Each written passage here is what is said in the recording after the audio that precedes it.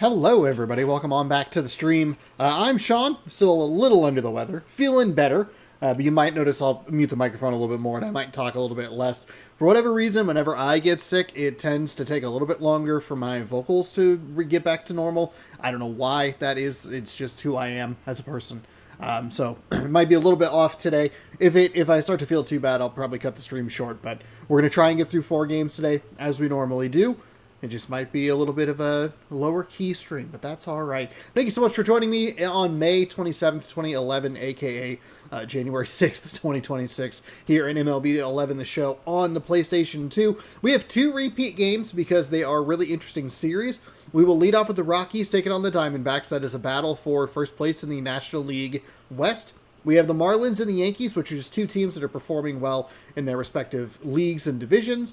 And then we have 2 wheel spin games. We have the Cubs and the Guardians, and we have the Mariners and the Brewers. Let's jump in. Let's not waste any time. Bam.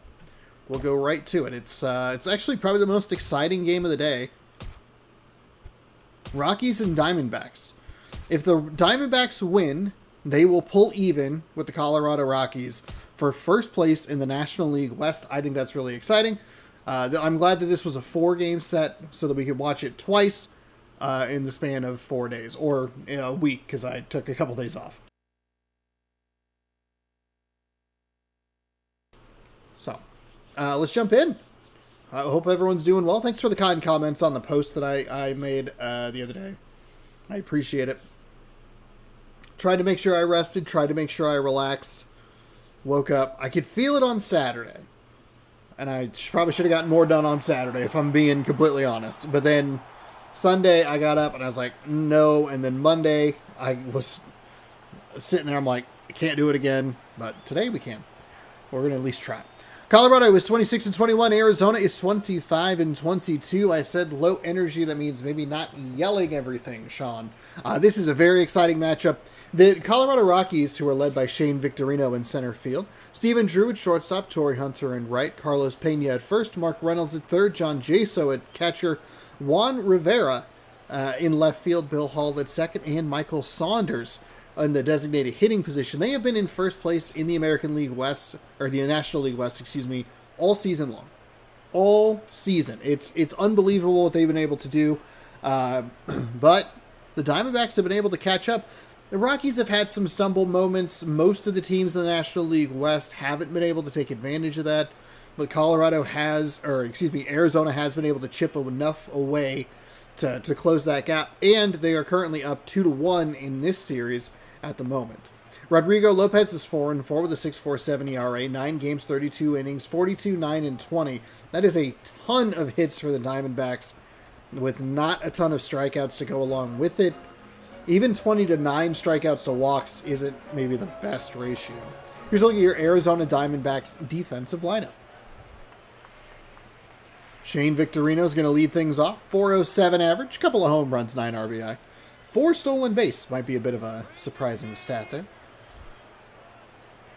Normally I don't stream on Wednesdays, but we'll go ahead and stream tomorrow as well. And I will take Thursday to go do an open mic. So if you like that video that went up on my birthday, I'll hopefully have another one up on Tuesday.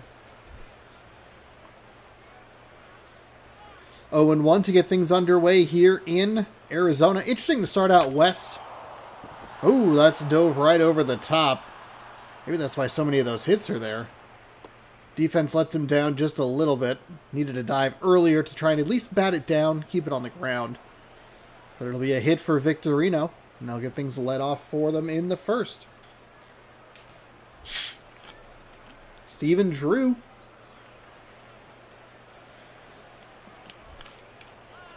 See, he has a lot of triples there. I imagine if you had a really good speed, contact/speed team in Colorado, you could probably do pretty well. If you could put it in the gaps and just push players for triples, doubles, triples, those extra bases. Thought that might have been a strike right at the letters. Yeah, I think that definitely was a strike.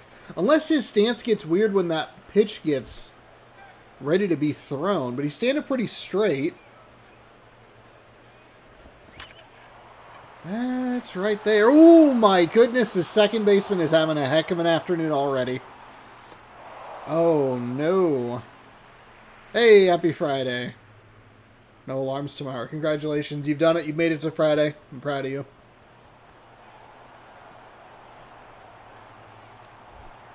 Okay, yeah, today is Tuesday. All thrown off. Torrey Hunter. So the second baseman dove over the first one, missed the second one. It's two singles into center field. Hunter's going to drive that up the third base line. That'll be a foul ball.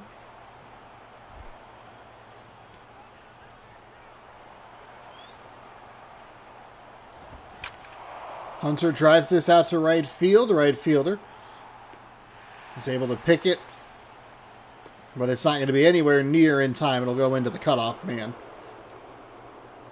Makes sense, as he was running away from it over the shoulder. I mean, it's a nice job to make sure that the damage is just one and hold that runner at first. Real Friday is my work Monday. I've been there. Oof, that is not fun.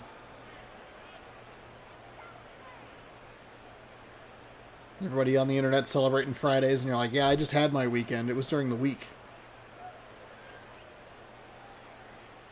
So one gone. I mean, Arizona really quickly here can turn this into just a one-run inning with a double play. And, hey, maybe a little redemption for the second baseman? Just a little bit. That pitch is low. I believe that makes it ball 2.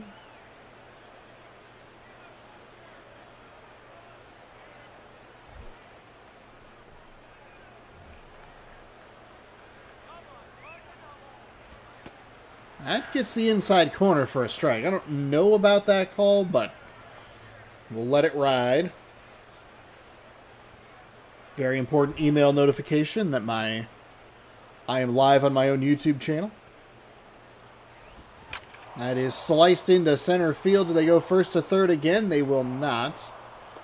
Center fielder has been busy. Every one of their hits has just been right back up the middle.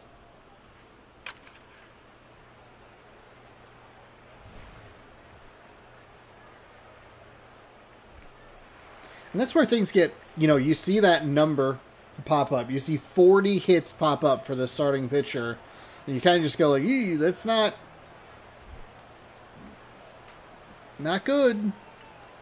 It's not the worst thing in the world for Arizona if they were to tie this series, but it's a really good opportunity in a 4-game set to close a 2-game gap with a 3-1 series win. Even things up. 26 and 22 would be the records. Pitcher having a little trouble finding the strike zone. That's going to get out toward the wall. It will get all the way to the wall. It'll score 1 run. They will send the second guy around. No, they won't, actually. I apologize. Lead runner stays at third. Or I guess second runner stays at third. They have, 4 hits, every single one of them back toward the center fielder? And the center fielder, not doing anything wrong. Just a reminder, Center fielder looking good out there. Doing his best.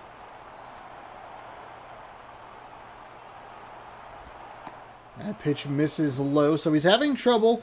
He's falling behind the batters early. Then they're taking advantage of pitches that he has to throw more in the zone to try and get back into the count. It's 2-0 Colorado with 2 in scoring position. And that'll be rolled over. They're going to go home. And he's out. Juan Rivera steps up, 234 average. A home run and 8 RBI.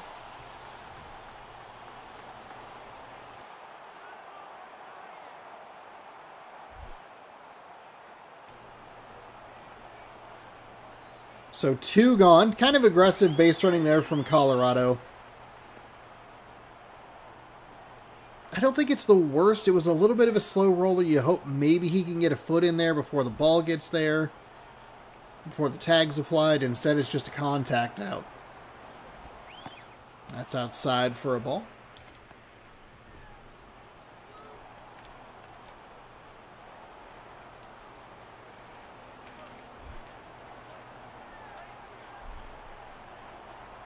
1-1. I don't need the controller on my leg. That's the problem. Kept trying to rest my hand, and I'm like, there's something in the way. Well, it's because I don't typically put the controller on my leg. I just put it on the desk. Here comes the pitch. Foul at the third base line. I keep wanting to say first base.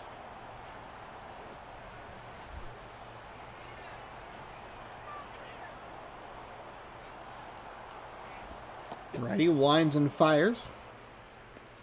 That's a ball.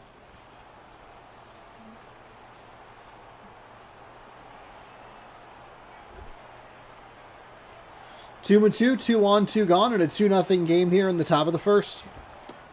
That's inside to fill up the count. Not a great spot to be in. He has potential to walk the bases loaded. You do not want that.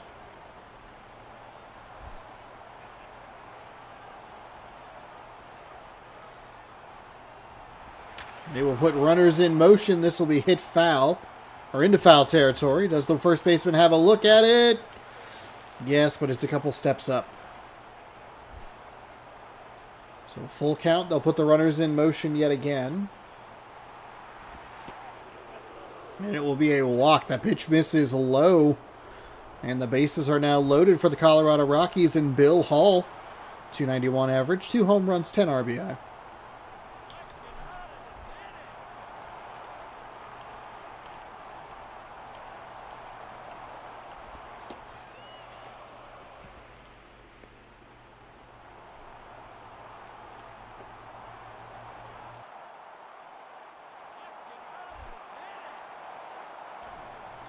One and oh. Here comes the pitch. It is going to be hit right back up the middle where they've had so much success. Just cannot get it into the glove of the second baseman. Dodge, duck, dip, diving, and dodged it all over the field, but can't come up with anything. 2 more runs score. Michael Saunders, go Mariners, steps in. A 333 average. It's quickly 4-0 here. They just cannot get out of this first inning. And that is up in the zone for a strike. It's a good call in that outside corner.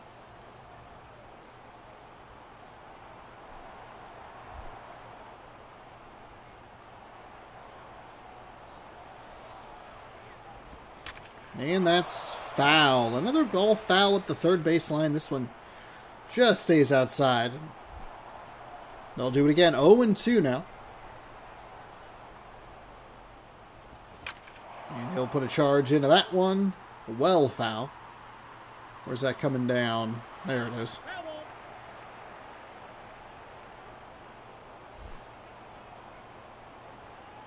So another 0-2 pitch on the way.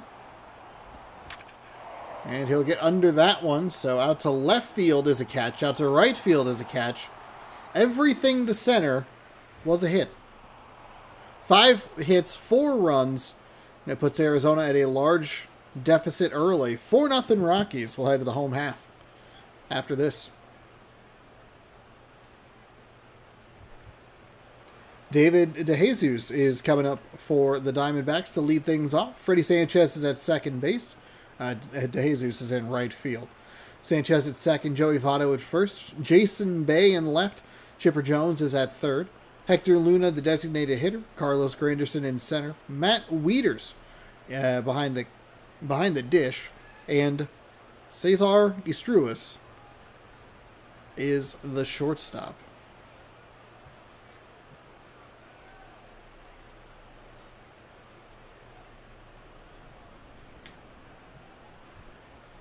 Eric Bedard is 7-0 with a 3.0 ERA, 9 games, 27 innings, 28-7-11. So he has thrown a complete game every single time he's gone.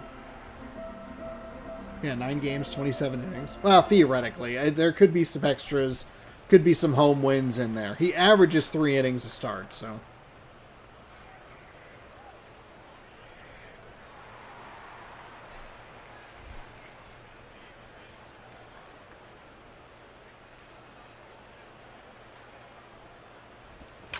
That is a good start. Okay, right back up the middle is the place to go. That is where all of the hits are coming from at the moment.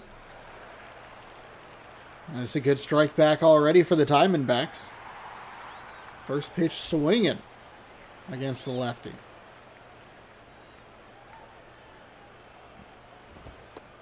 That's a good take on the outside. Makes it 1-0.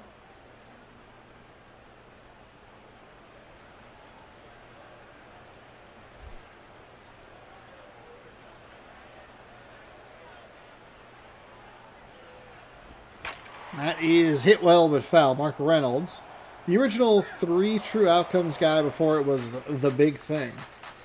When did that become a big thing? Late 20-teens? When analytics started really showing up. That's... Ooh, okay. Thought that pitch was a little more outside, but it does get the edge for a strike. Nice location there by Bedard.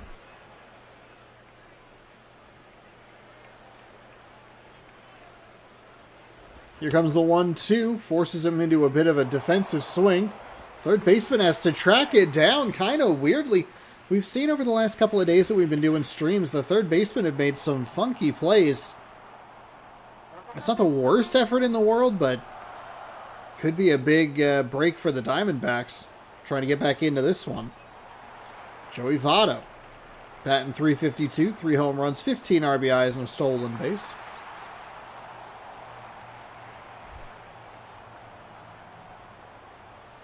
Nobody out here. Votto is going to put a swing into that one. It's going to go into foul territory. Up the third baseline. Everyone should stand still.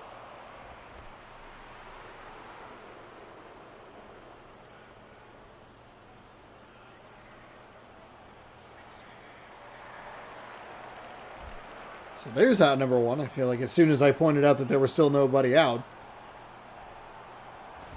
There's your out. Big swinging right there, trying to be a hero.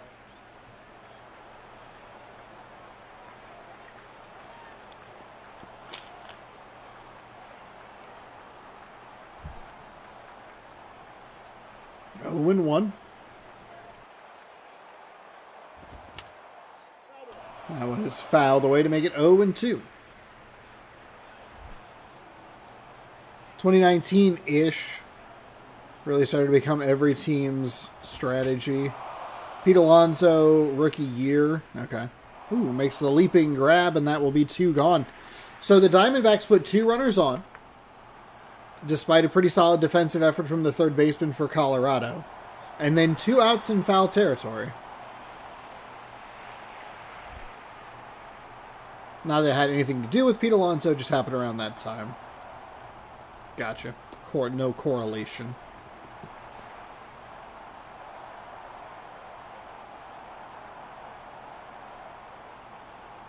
Kind of nice to have like an anchor point of like, yeah, I remember it was this year because this person was a rookie.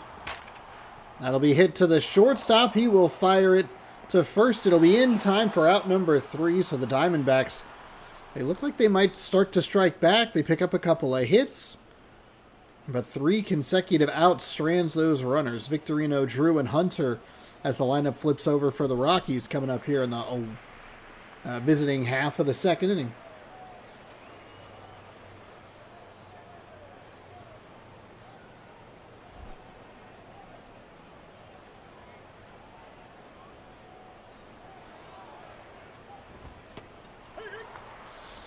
In for a strike. Mark Reynolds is a third baseman for Colorado. Saw his name on the defensive layout screen. That's why I brought him up. Oh, gotcha.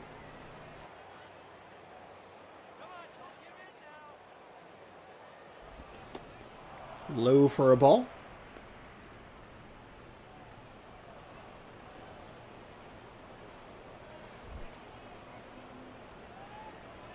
Oh, they call that a strike? I'm sorry. I was kind of looking at chat there. That's hit into center field. Well, that was definitely a ball. It was already 0-1. The center fielder finally gets an opportunity to make a play. Finally. Good for him. Again, did not play poorly whatsoever in that first inning. Just didn't really have opportunities. That pitch misses low for a ball.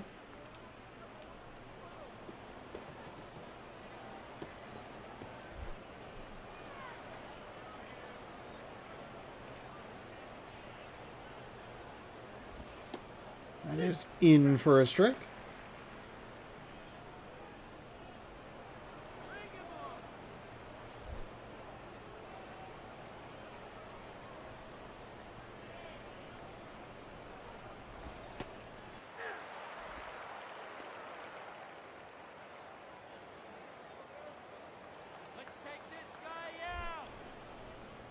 1-2. Top of the second with one gone. And swung on and missed. That's what the Diamondbacks need. They need a good couple outs here in the early stages of this inning. They can't give up any more runs. I think the benefit for the Diamondbacks is going to be the fact that this game rarely gives you... I smacked my knee, my bad. This game rarely gives you the big inning in back-to-back innings for teams. So that should help them come up with... at least give them an opportunity to pick up... try to pick up some runs, but they faltered last time. I don't know. A goose egg is what the Diamondbacks need, and the goose egg is what the Diamondbacks get. 4-0 as Hector Luna steps up to lead off the bottom half of the second inning.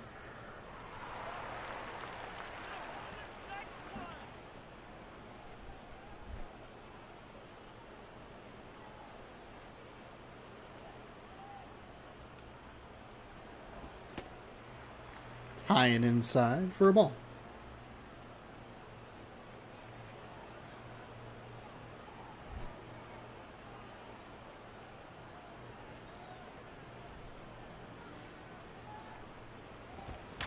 And that'll be foul up the first base line.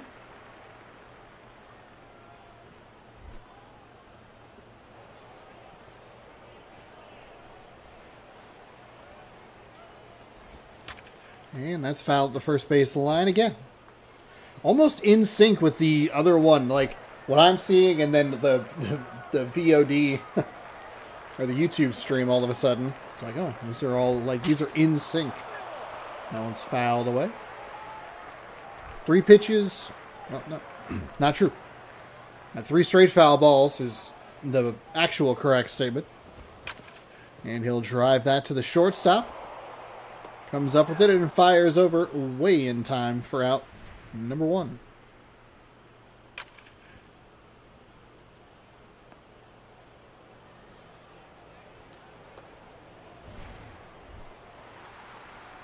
Curtis Granderson, 275 average, 6 RBI with 4 home runs, 4 stolen bases. So not really doing a whole lot RBI-wise unless it's a home run. 66% of his RBIs via the home run. It could be 100. I mean, who knows how many of those are 2-run home runs. I guess it could be 3 solos and a 3-run. 2 solos, 2 2-run home runs.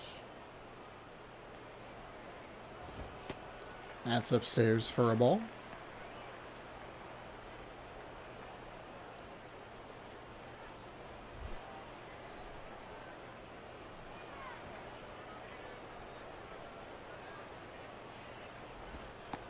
That is low for a ball.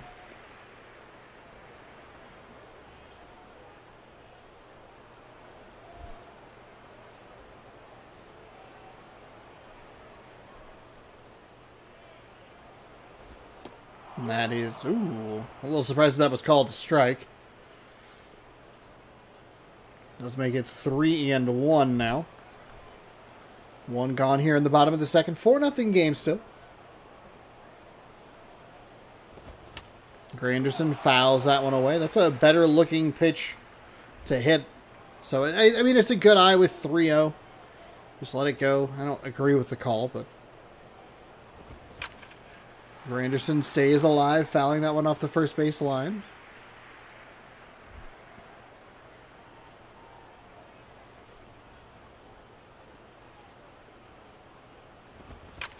That is foul. Does the first baseman have a play on it? No.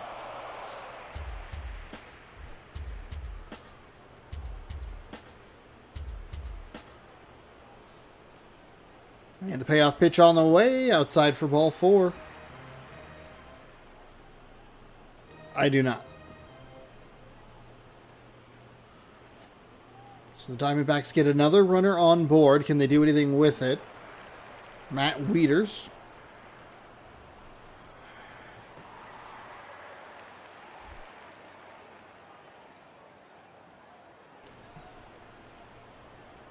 Here comes the pitch from the lefty. It's going to be smacked up the middle to center field. A workstation to station, and that'll put 2 on with 1 gone.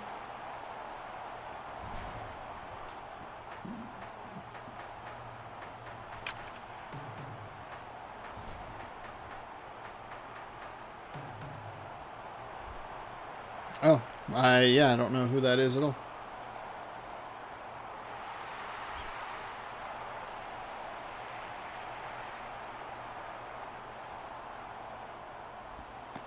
That's outside for a ball. Good take.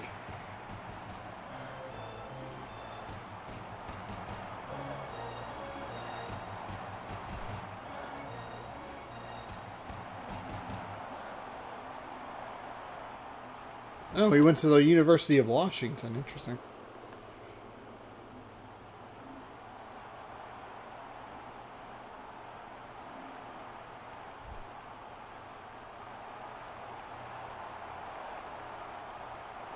Yeah, that was the top question: is who did he win a Super Bowl with?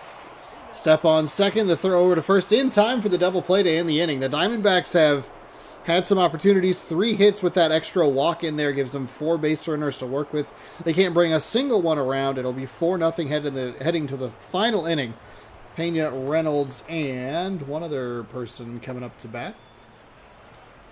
It's Jaso. What? Pena, Reynolds, and Jaso. I feel like I said that wrong, but that's where we are.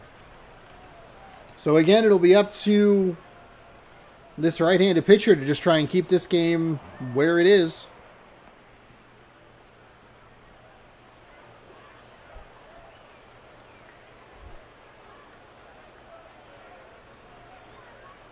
One and 0. Here comes that pitch. That's outside for ball 2. That's not what you're looking for.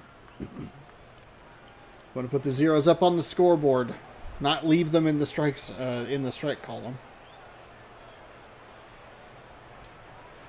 Here comes the righty's pitch. It is hit foul. 2-1. Foul ball.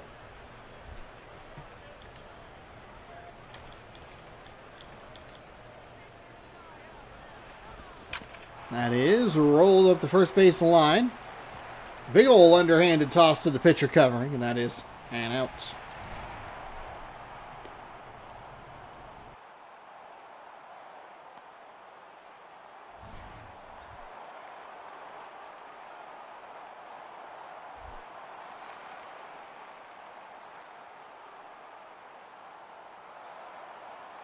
Reynolds is 1 for 1.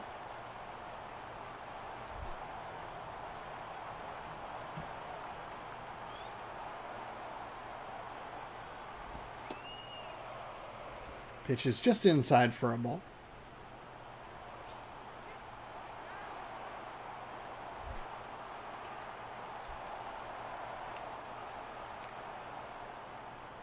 Here comes the right-hander's pitch. It is hit foul, slicing.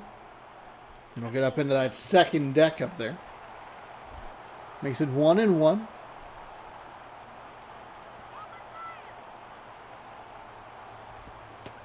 That misses inside or low, maybe a touch low.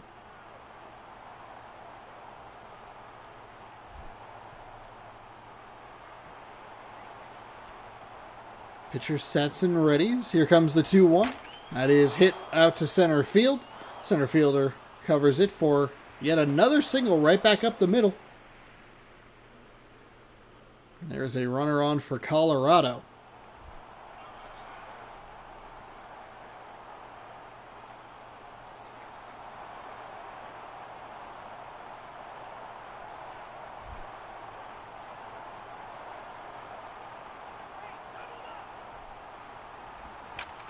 Ooh, that is launched out to right field. The right fielder makes a run for it. It's going to be a diving attempt by the center fielder. This is a whole mess. They're going to send the runner all the way around to third. They thought about sending the guy from first to second. He turned back around. The lead runner, went all the way to second, then turned back around, and then the dive was missed. What a crisscross applesauce play that was. My goodness. Juan Rivera.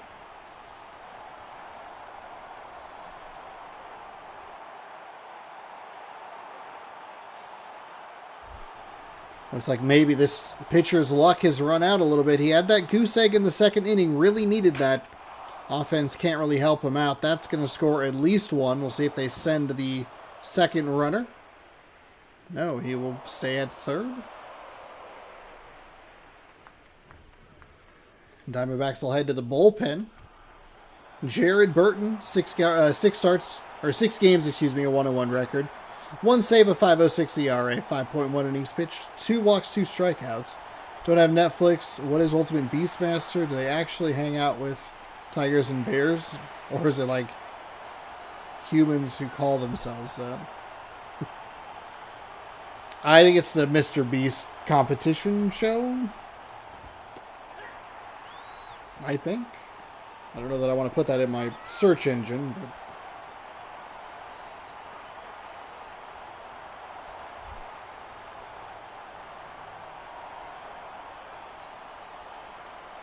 a physically demanding obstacle course.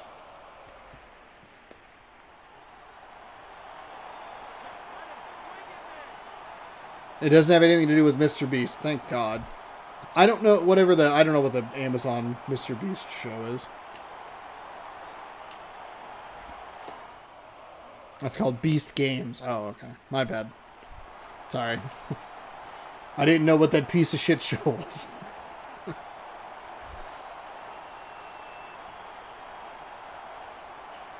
This guy's gonna live in a plane for 3 weeks, and we'll give him $500,000. All right, man. You don't sound insane at all.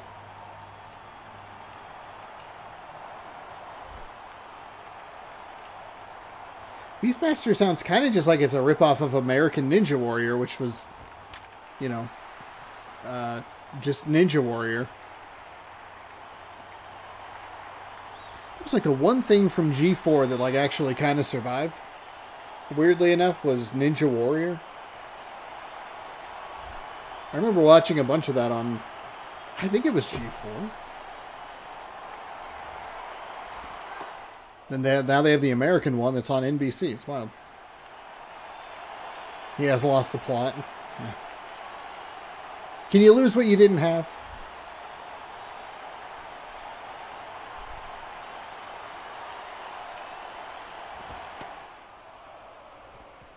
Also, I'm curious at what point, like at what numerical money amount is most commonly where you start to see people just kind of lose the plot.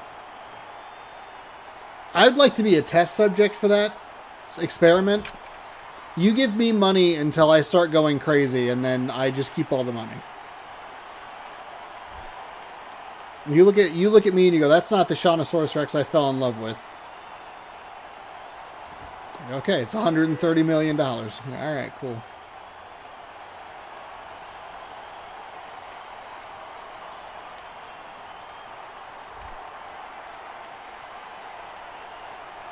Two and two with 2 outs.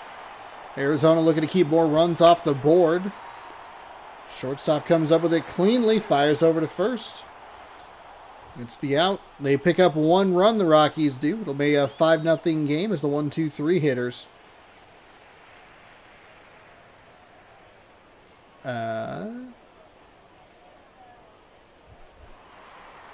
Yeah, I mean... Huh.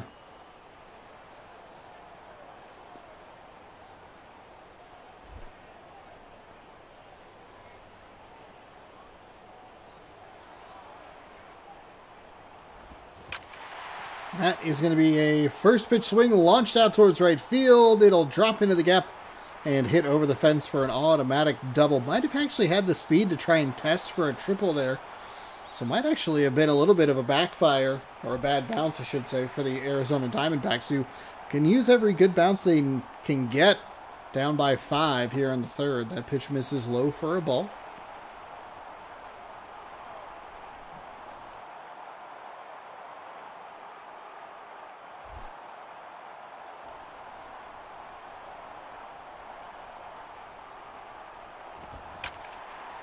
Lefty fires. That one is hit foul up the first baseline.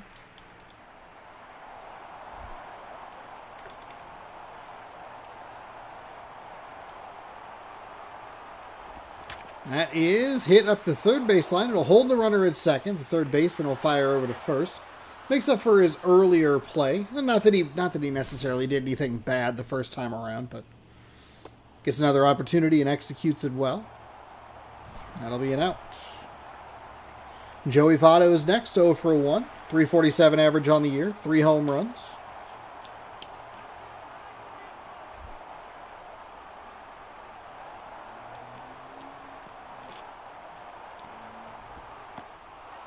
Lefty gets the call on the outside to make it 0-1. It's a nice pitch location, and I'm sure a different pitch that Votto was not expecting. And just to get me over, maybe a strike sort of pitch. Here comes the 0-1.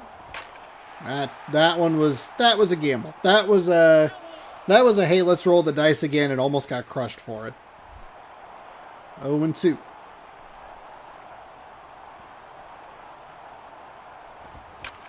That is going to be past the diving glove of the second baseman. They'll go first, or they'll just go station to station. Runners on the corners for the Diamondbacks. The dive froze the runner at second, made sure that he had to see if he was going to make the catch if he needed to go back. And then not quite deep enough to try and round third.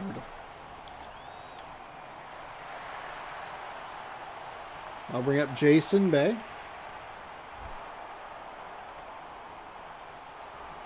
One gone, 2 on. That is hit well. This pitcher feels like he's living a little dangerously. He kind of can, though, with a 5-run lead. That is low for a ball.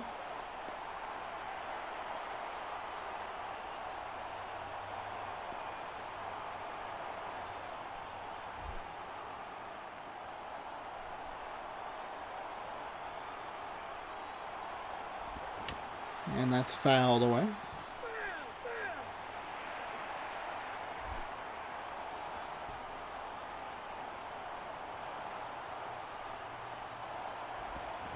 That is going to be hit to the shortstop. Underhand to second base. Toss over to first for a double play. Another killer double play, and that eliminates any hope that any of the very small amount of hope that the Diamondbacks had. 5-0 your final here. Colorado uses a big 4-run first inning to get out in front. Defensively, they're able to hold up. I think Arizona put 2 runners on in every single inning, and they were able to prevent every single one of them from scoring. Eric Bedard is your player of the game. 3 innings, 5 hits, no strikeouts. As he picks up the win, he improves to 8-0. Rodrigo Lopez falls to 4-5. He had a ton of hits coming into this game, and then gave up at least 5 more, so we'd be at about 45 hits on the season. Maybe even a little bit more. It's a good series for the Rockies. They walk away with the same lead that they entered with. They split this 4-game set. Disappointing and missed opportunity for the Arizona Diamondbacks, who had a great opportunity to pick up win number 3 in this series and even things out. Instead, they find themselves back behind the Rockies by 2 games, just the same as they entered. Let's head to New York. We're going all the way across the country for the Marlins and the Yankees. As we have Weaver taking on... Wait, what? We have Weaver versus Weaver? Whoa, cool. Good for us. No matter what I say, the pitcher name will be right. Weaver throws a strike, and it's just universal. As long as he throws a strike, I will have credited the correct pitcher. Good for me.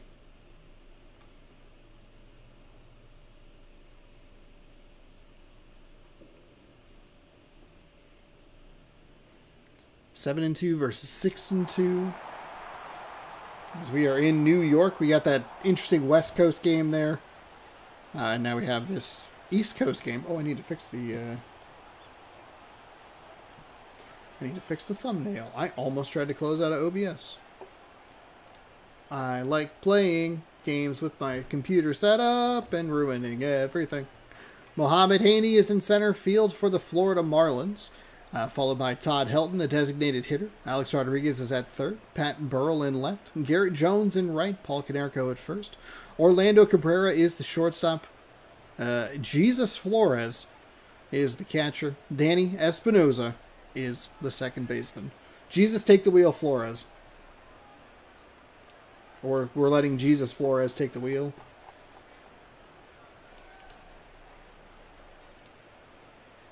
I'll be back. All right. I hope your phone works as a phone. Weaver 6-2, a 4.88 ERA, 9 games, 27.2 innings, 28, 13, and 14. Interesting that he has 9 games with 2/3 of an inning more than just 3 innings a game.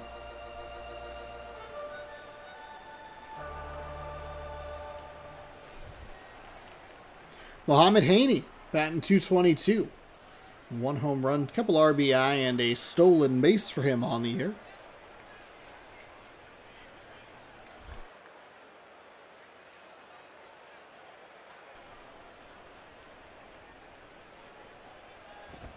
That is outside for a ball.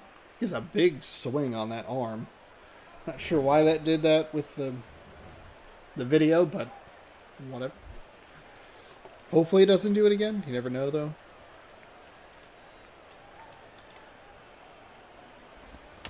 That's a rolled over foul.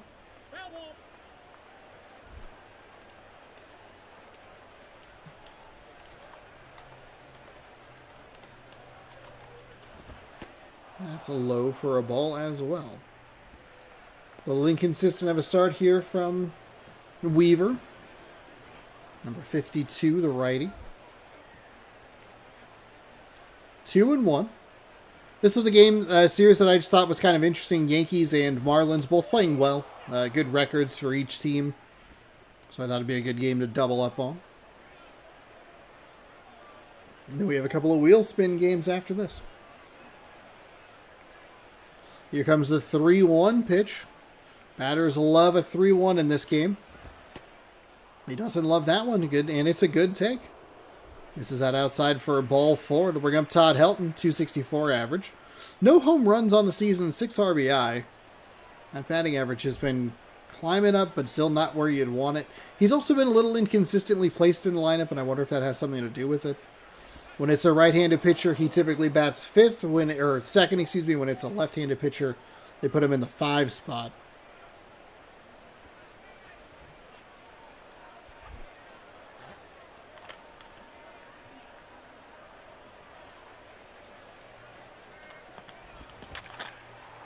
That is rolled foul up the first base line.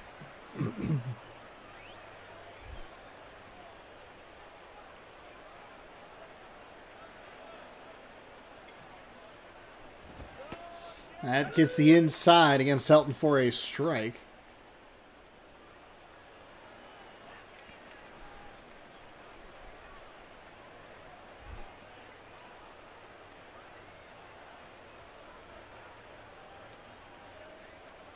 Here comes the 1-2, way outside for a ball. 2-2.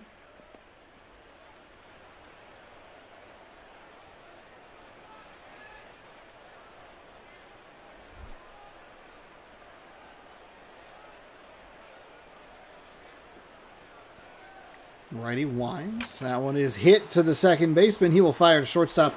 The toss over to first in time. Or the relay? The turn. That's the word the phrase I think I'm looking for. The turn from second. In time for the double play.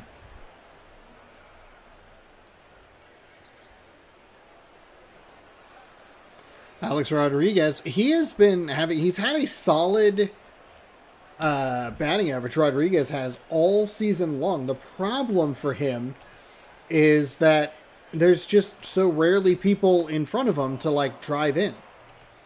He has the batting average that you want in the 3 spot if just one of the 2 dudes in front of him could stay on the bases.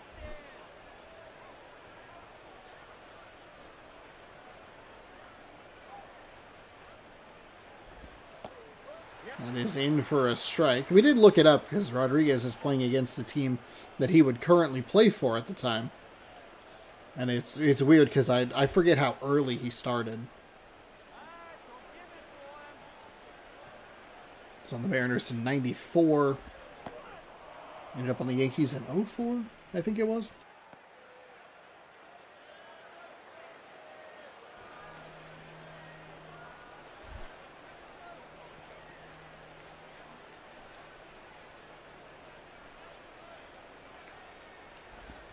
That is swung on and missed. Kids today will never know what it was like having an inaccurate roster for basically just the whole game.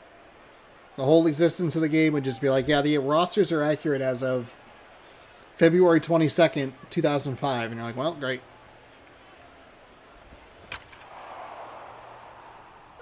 I have looked on eBay for like some current roster stuff for like ESPN NFL 2K5. People doing that. You can just buy memory cards. But yeah, current day rosters. You can probably do it with mods a lot easier. The shortstop fields that one cleanly and throws over to first in time for out number 3. So it's 3 up, 3 down, technically, with the help of a double play for Florida. Posednik, who we'll introduce in just a moment. Speaking of Posednik, Scott Posednik. Oh boy. The name pronunciations are going to be even worse today because I'm just not 100%. He's in left field, Marlon Byrd in center. Prince Fielder at first, Hank Blaylock is the designated hitter. Miguel Tejada at short, Cody Ross in right, Brandon Phillips at second, Casey Blake at third, Giovanni Soto behind the dish. I guess I should have known that he played for the Yankees at this time because his photo is in a Yankees hat. Sean, what are you doing, buddy? Jared Weaver, 7-2 with a 3.91 ERA. 9 games, 25.1 innings pitched, 27, 11, and 20 hits, walks, and strikeouts.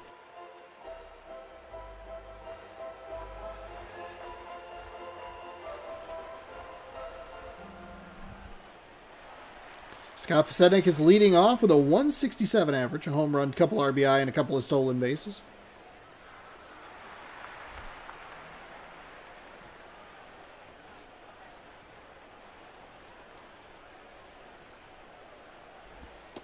That is low for a ball.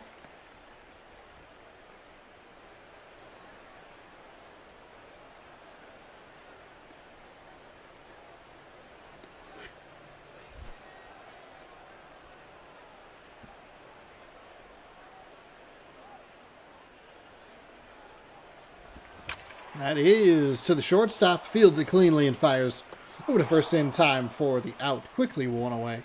For the Yankees here on the bottom of the first. The Yankees, one of the few teams where their overall ranking makes sense with their record. They're a top 10 team and they have a top 10 record. Those things line up. You're going to look at the Guardians later. You're going to look at their record and you go, wow, what a good record. And then you're going to look at the fact that they're ranked 30th overall and you're going to go, what? How did this happen?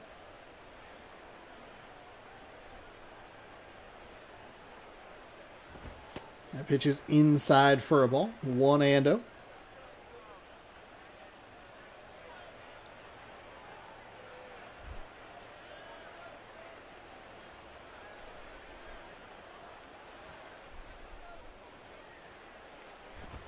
That's fouled away.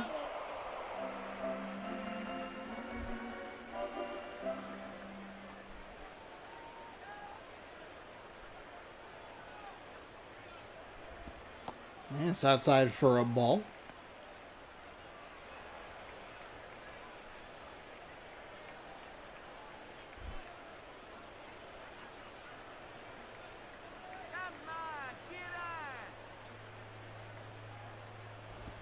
That is inside for a ball as well. So Weaver having a little trouble finding the zone here in this at-bat.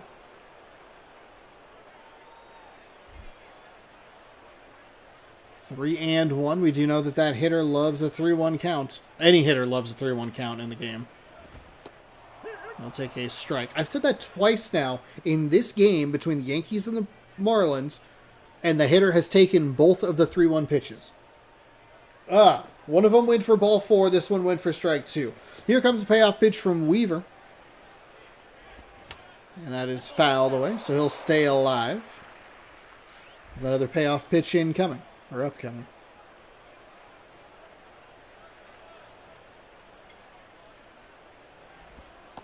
That is low for a ball. So each Weaver has worked or issued a walk. The first Weaver we saw got out of it with a double play. We'll see if this Weaver can do anything about it. That's right, it's Weaver on Weaver. Or Weaver v. Weaver, I should say. Fielder takes a strike. You got left-handed Prince Fielder as a player you want to have in this Yankee Stadium. 0-1, 1 gone with a runner on first. Here comes the pitch. It's a big swing. That's a hero swing right there. He was trying to give me what I was asking for. A mother-flipping home run. 0-2.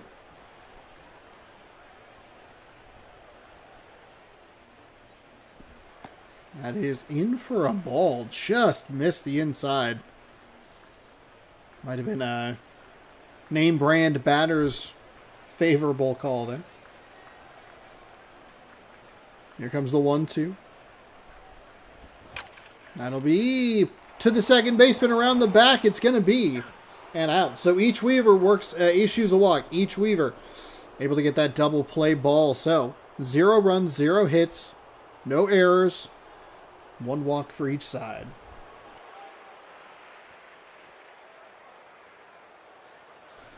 Pat Burrell is going to lead things off here in the top half of the second. Scoreless game.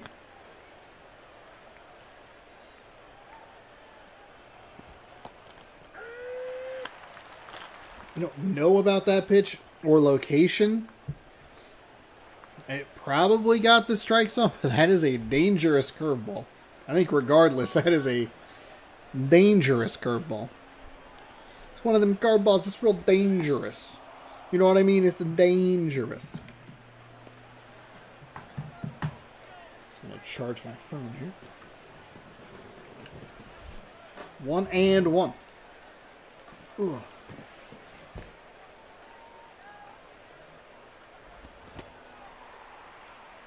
Low for ball 2, because he didn't say anything. So I'm assuming it's a ball 2. Was I correct? Was I correct? I was not. What? You gotta call a strike, brother. How you doing this to me, umpire? Come on. You and I are gonna have enough beef coming up here in a couple of months. I don't need your crap now.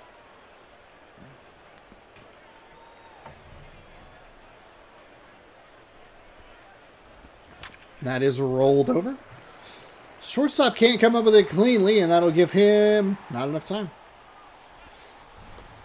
Still a good, strong throw. We'll take a look at the Let's take a look at that replay. Umpire said out. What do we think? Was it an out? Was he safe?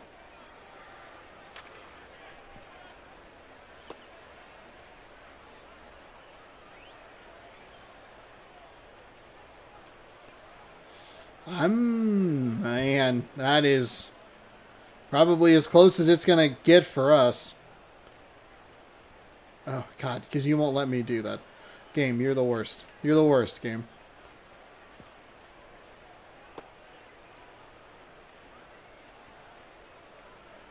I think he's safe. I think he's safe, or tie goes to the runner.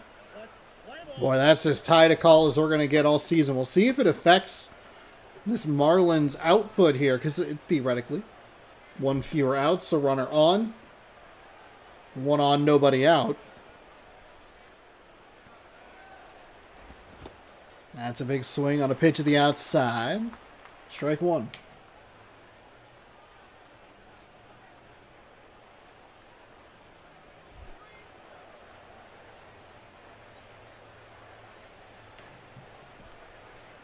The righty is ready. Weaver fires. Fouled away. Pretty immediately called foul. Foul. It's a Tuesday. Should be getting new information on MLB The Show 26 here in 2 to 3 weeks. I looked it up last time. I think it was the final Tuesday of the month last time around. And it's tricky to look up because it requires cover. Let's just look at cover. Not cover L. That is a no-doubter out to left field. It is going. It is gone. MLB The Show 25 cover prediction and reaction went up January 28th. Yeah, I would guess 3 weeks from today we will know the cover athlete. And that'll be hit out to the second baseman. So, that call could be big. It could be 2-0. It is currently 1-0. If the Marlins are able to hold on, they win 1-0, or they win by a run, I think you could say that call was impactful. If the Yankees are able to swing it in their favor and only win by 1, maybe it should have been a tie game.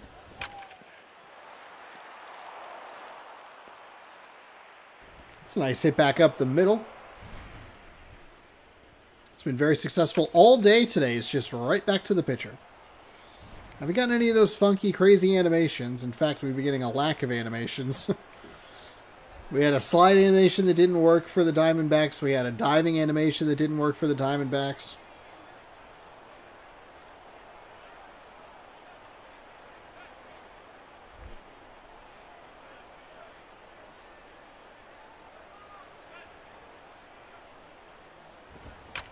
Ooh.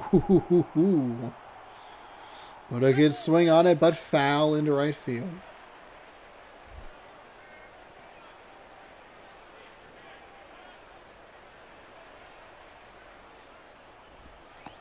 That is low for a ball.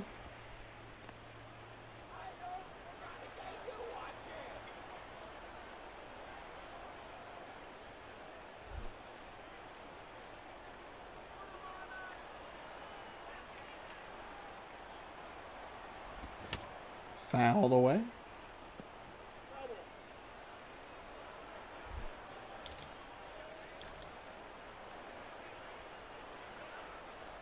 One and two with a runner on. That's inside for a ball. 2-2. He really lingers on that follow through, like he's looking for the call to kind of swing. I called it a ball, like, oh, my bad, sorry, that was a strike. 2-2. That'll be driven up the left field line. That's going to get all the way into the corner. It'll be first to third. And the trail runner will slide into second safely, so Marlins doing some good work here. Trying to look around that catchers. Catcher, sit down. Foghorn, Leghorn in the way in Space Jam. Down in front, he gets hit with the popcorn. That is inside for a ball.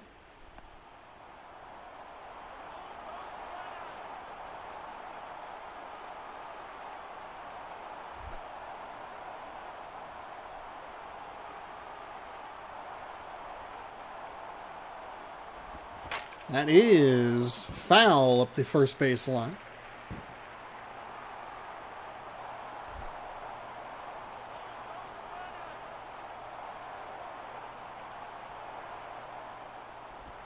That is low and inside for a ball.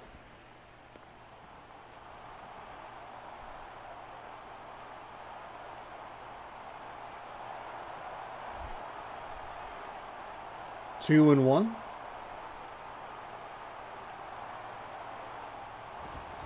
And that'll be rolled over. I'll throw it over to first. And that will take care of everything. So, the no doubt home run out to left field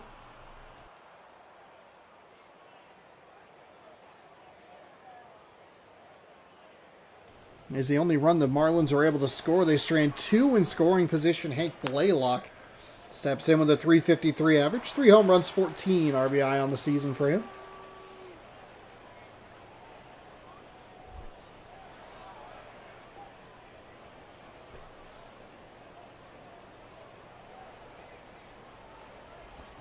That'll be hit to the shortstop. He will scoop it and fire on the bounce over to first in time for the outs. Nice play. Just picked it, turned, and fired. Miguel Tejada stepping up. It's a very quick out. I'm sure that's a one pitch, one swing, one out sort of at bat for the Yankees. Not something they really need in this situation. That pitch probably needed to get down a little bit more, but able to get it by him. It's kind of a get-me-over curveball there. It's a dangerous pitch, but it works. 0-1. I just don't think he can do that multiple times. Tejada's gonna see that. He's gonna crush it.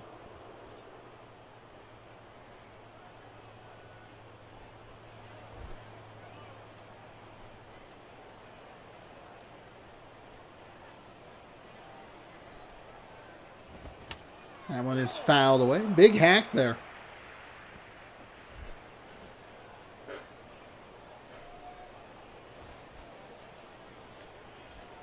Big hero hack at the plate. And he'll try it again. I like that Weaver kind of just stayed inside. He just kept working him inside, jammed him, jammed him, jammed him. I think at some point, especially like from my perspective, obviously a professional hitter, duh. But like at some point, like playing this game, like you're going to throw it outside, it's, right? Like I'm going to be able to get a hold of something. But just kept hitting that spot. And quickly it's 2 outs. Cody Ross. Memorable because he has no beard in the photo, but a lot of beard in the character model.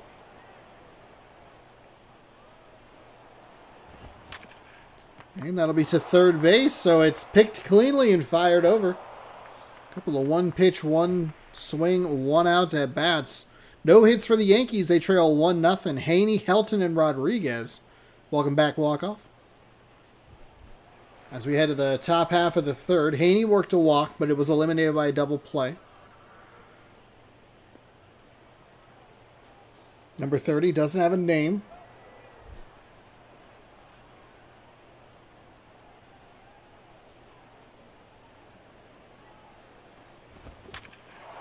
That'll be a 1 pitch, 1 swing, and 1 out. Haney got real aggressive. It looked like that was a pitch on the outside part of the plate. Third baseman with a nice little back pick there.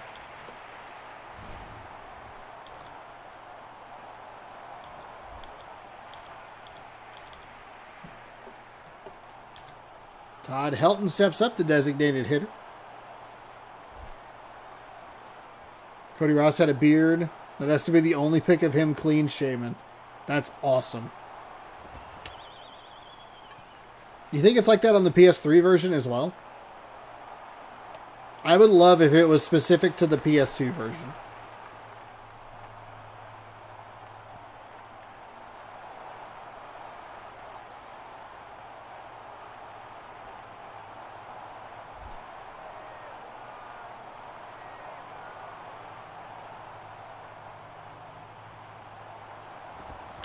That is a broken bat flare. And that will retire the side. So just like the first inning, it's a 1-2-3 inning. Florida takes a 1-run lead into the home half of the third. It'll be up to Phillips, Blake, and Soto. Try and keep this thing going. Or maybe the Yankees are really respectful of their host. You know, and they maybe just move this game along. You look, either lose by 1 or win by 1. Do not just score 1 run here, okay? Big swing and a miss there. Nah, they only use the media packets. Pictures taken on Teams Media Day. Darn.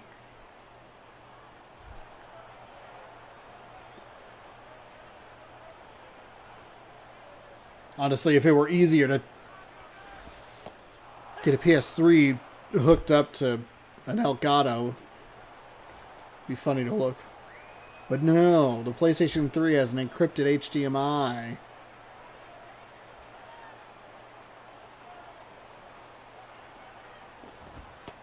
That is a strike on the high outside corner. He doesn't love it, but it must have just gotten it.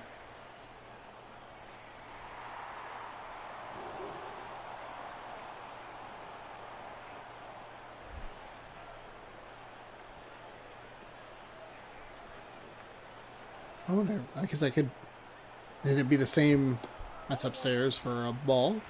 Like 2K11?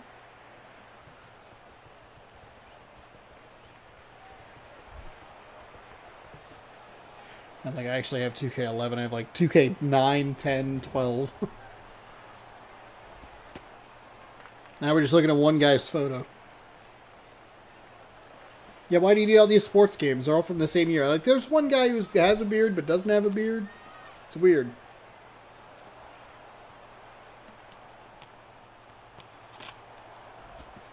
It's on the outside. That's why Jimmy Butler always has a random funny haircut on Media Day, so the pictures of him with that haircut, all the broadcasts use a headshot of the players. That's awesome. I love that for Jimmy Butler. That's a ball on the outside. So yeah, Weaver will issue his second walk of the game.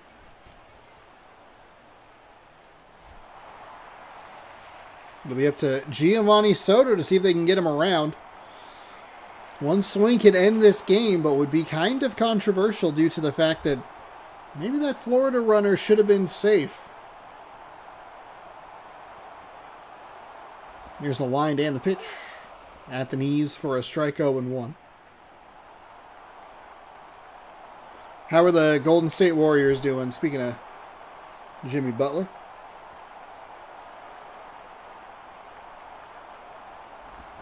That is foul up the third base line.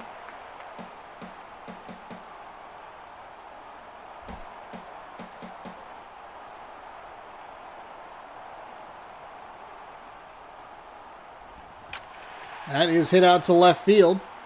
Does it have enough? No, it is going to stay in the ballpark.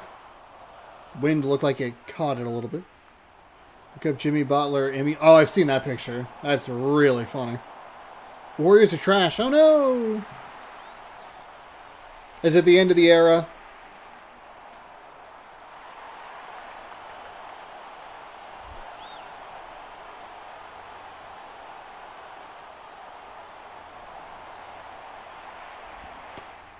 There's a strike.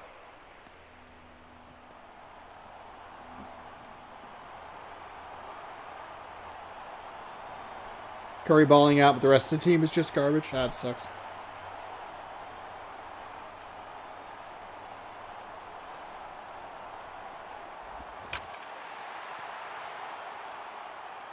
That's going to have a... No, it didn't. I thought that... I shouldn't have spoken so assuredly.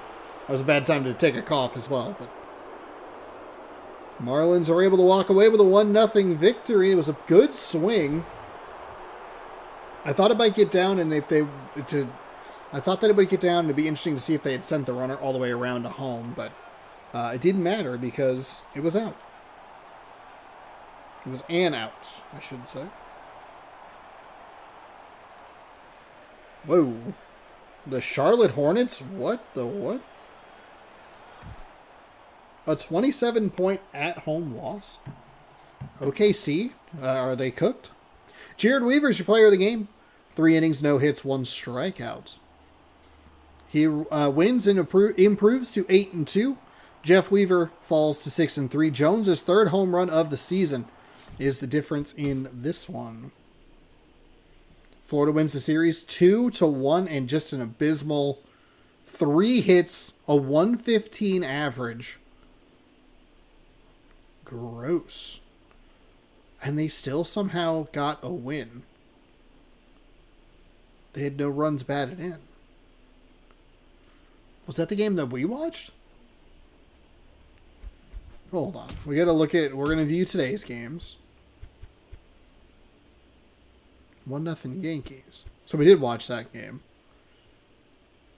Oh, that was the weird one where they hit a bunch of batters, I think. Huh. All right. Well, we actually hold on. I forgot we needed to catch up. Giants winners today, 5-1 over the Orioles. We watched both of those games.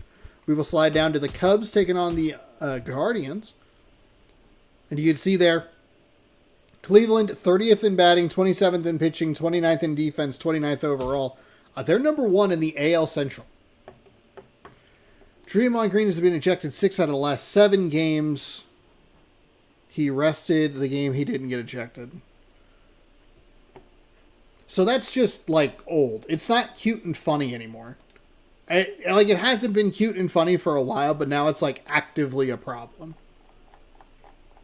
You know when, children do stuff, and you're like, it's pretty cute and that's pretty funny, but it's 50-50 the first time, and it just gets progressively worse? I feel like that's a Draymond Green thing. I'm not even a basketball guy, and I'm like, why are you getting thrown out so consistently? I know. Because once you get thrown out, then it starts to be a problem. You're on people's radars. I get it. But also, maybe just change your behavior just ever so slightly. Take yourself off the radar, Draymond Green. Michael Bourne, Jason Bourne's brother, in center field leading off for the Chicago Cubs. Martin Prado in left field. Troy Tulowitzki at shortstop. J.D. Drew is in right field. Josh Tole. Yeah. Behind the dish, Derek Barton at first.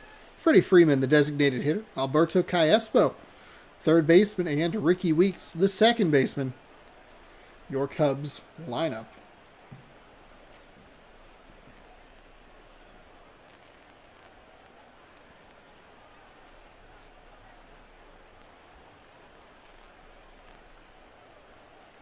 I can't believe the Charlotte Hornets. I mean, granted, that was the other day, but Jake Peavy is 5-3, excuse me, with a 2.33 ERA.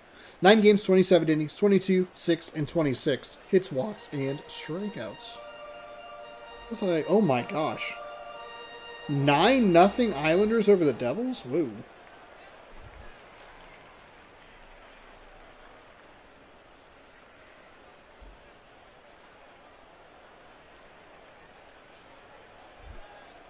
And a hat trick. Good for him. All right. Let's lock in here in Cleveland. Welcome to Progressive Field, everybody. It's game number 3 of our evening of action. That's going to be scooped by the third baseman and fired over to first in time for the out.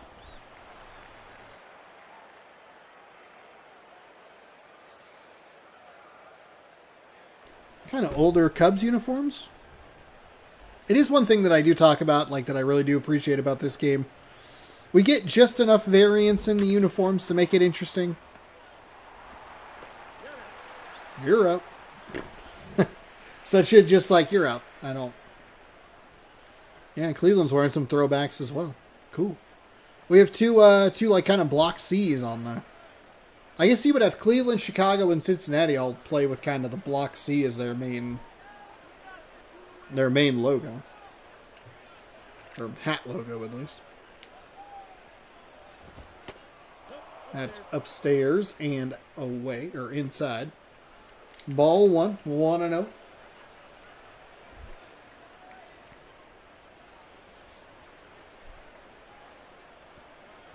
The righty is ready. He winds and fires. That's in a better location. Gets that high outside corner for a strike. 1-1.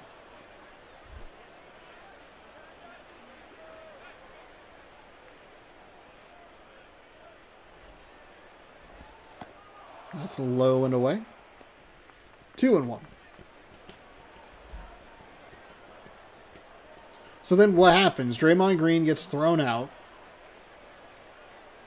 And then I'd assume that it makes the bench thin, right? And then I'd guess that the player that comes in for him is not as good or as effective. And it puts more stress on everybody else. Is Jimmy Butler playing well? I'm trying to find a score. When did they play last? We're heading to the bottom half of the first already. My goodness.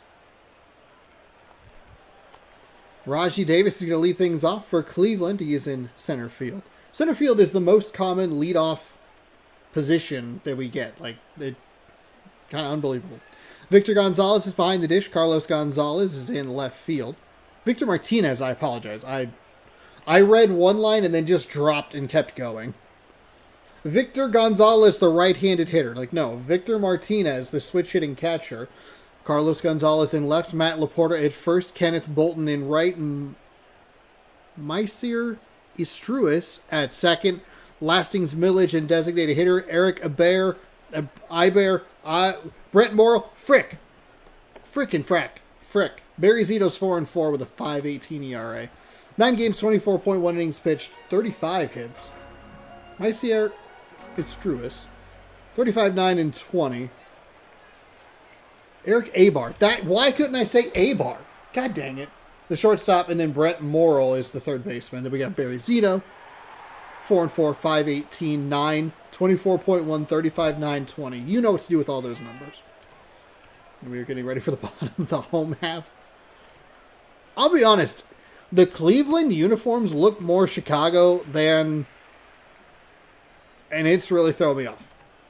I'm confused. I said the home half, and I was like, that looks like Chicago.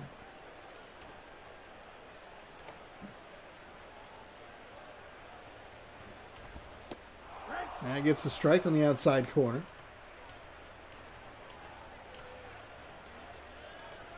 And then we struggled with The lineups and the...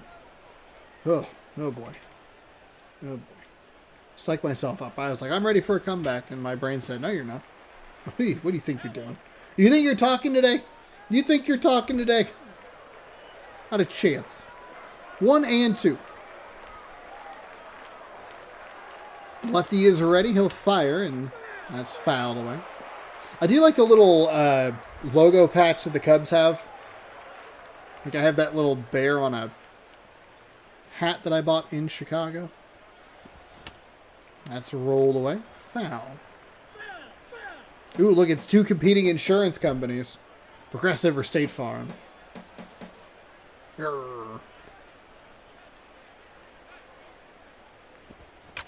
That is hit into right field. I'm sure the hitter would have liked to have get a little bit more of that ball. I was left in a real hittable spot, but couldn't come up with it. Victor Martinez, batting .246.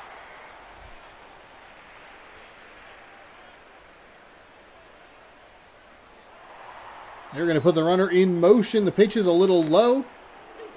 He was going to be safe kind of regardless. It needed to be a perfect pitch, a perfect pop, and a perfect throw, and none of them were that.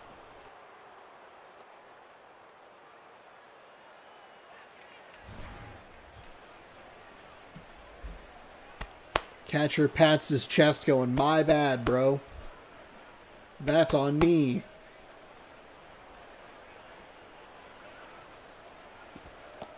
That is in for a strike.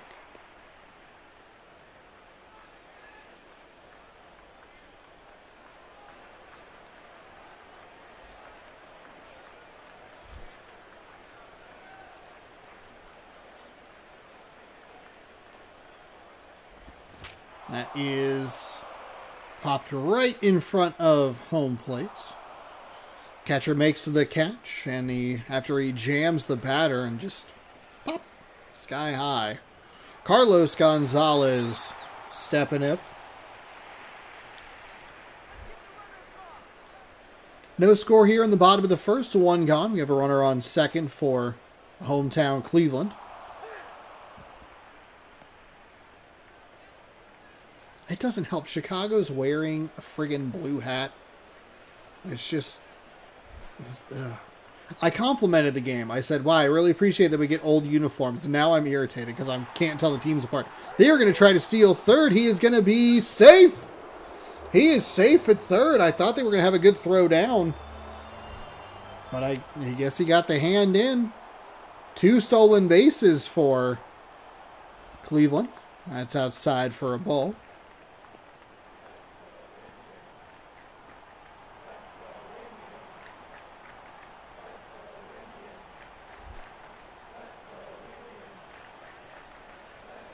Lefty is ready. Sets and fires. That is rolled over. Will be up the third baseline. Foul.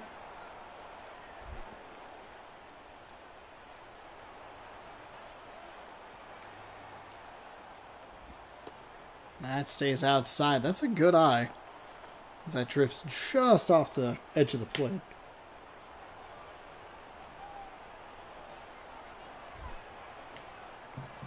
Two and two. And that'll be hit right back up the middle. So Cleveland will take a 1-0 lead in this future World Series match. Matt Laporta, .455 average. 1 home run, 4 RBI.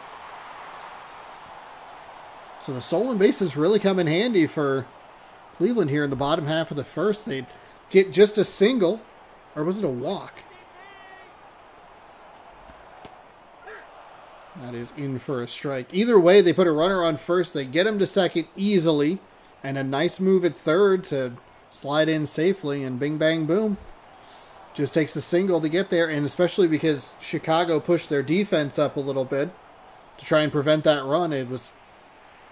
You find that gap and should be home free. And he was.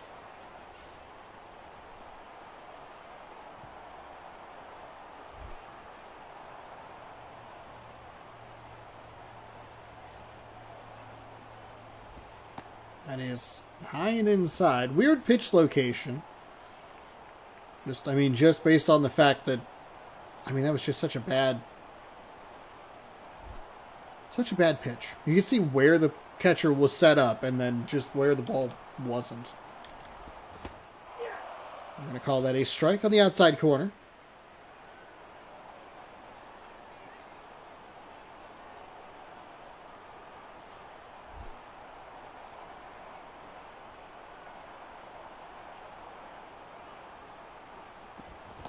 There's a swing and a miss, so that'll set him down on strikes. 2 away here.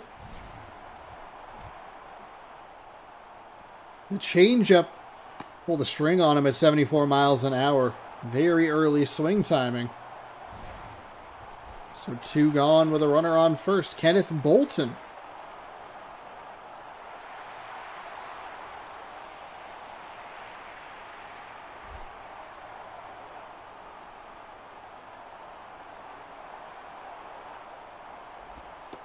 That is low for a ball.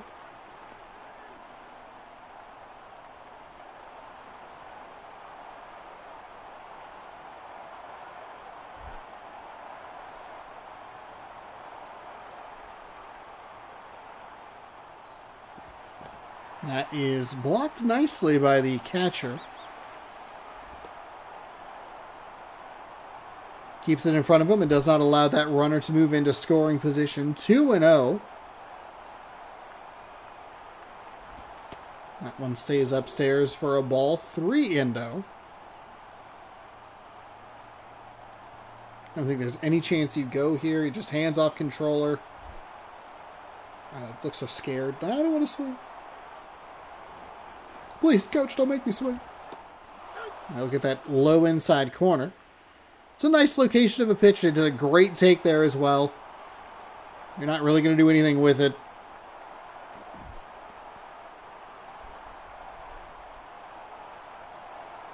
Now check on the runner at first. He is back safely, as they have been literally 100% of the time this season. Because, hey, who would have guessed a 2011 PlayStation 2 game was a little broken. 3-1 as the lefty sets, readies and fires. That is a ball outside. Okay, I thought maybe he got the edge. Might have been the angle that we're working with. Just a little off center.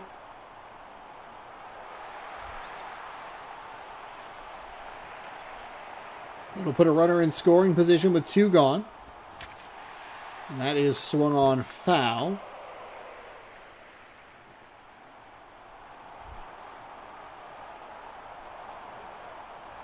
Oh, and 1. That's inside for a ball.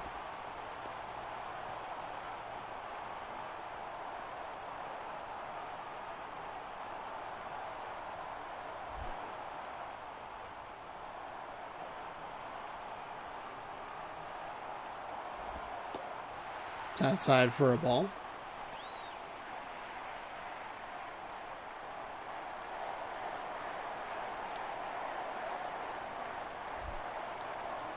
Two and 1. Lefty is ready. He winds and fires. That is going to be hit to a sliding second baseman who fires in time to first for the out. But Cleveland comes up with 1 run, thanks in large part to 2 stolen bases. They pick up 2 hits, and they lead 1-0. Drew is going to lead things off. The 4, 5, 6 hitters coming up. Tolle?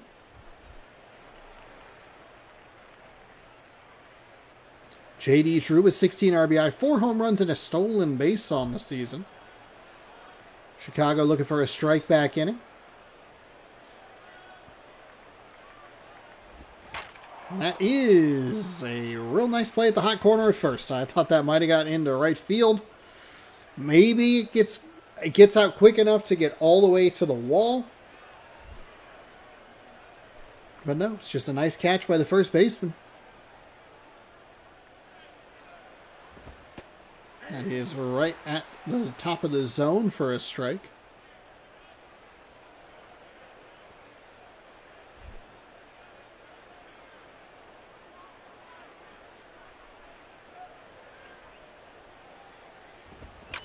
That is hit well out to right field, but the ballpark will hold it, and the right fielder will make the nice easy grab for out number 2.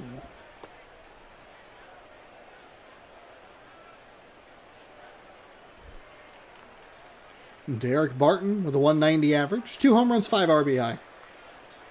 Maybe looking to get things going for himself here. That NL Central is pretty competitive between the 6 teams. I think the Cubs have fallen out of the race a little bit. I think it's more between Houston, Cincinnati, and Pittsburgh at the moment. Chicago was kind of in there and then seems to have fallen off, whereas like the Milwaukee Brewers are kind of on the upswing, but it might be a little too late for them. And the Cardinals, poor Cardinals, are just out of it. I mean, the Cardinals are so out of it, they're trading players, which is wild.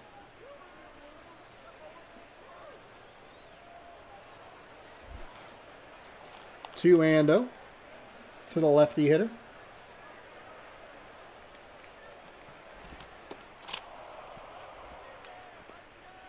Misses the zone yet again. 3-0.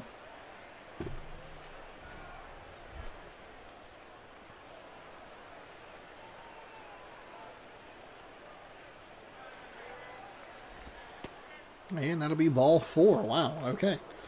3-0 is where that strike zone gets a little expanded. That's a tough call.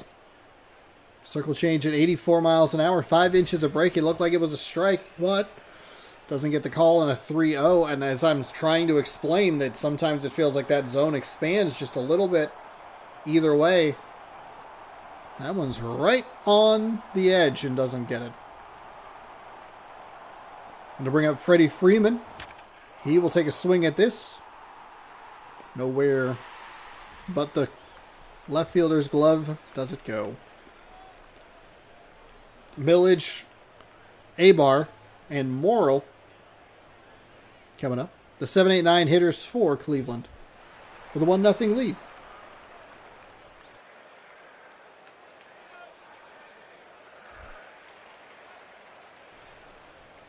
And that was that last. Sometimes I just start a sentence and I go, I'll figure it out somewhere in the middle. That is lifted out to center field, but nice easy catch for the center fielder. It's very much the Michael Scott quote of sometimes I start a sentence and I just hope that I find it while I'm talking.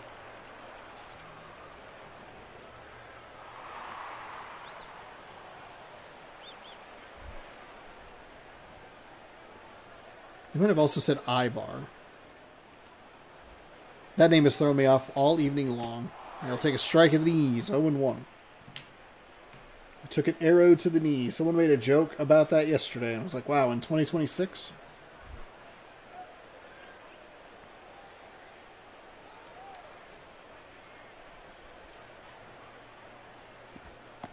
That is outside for a ball.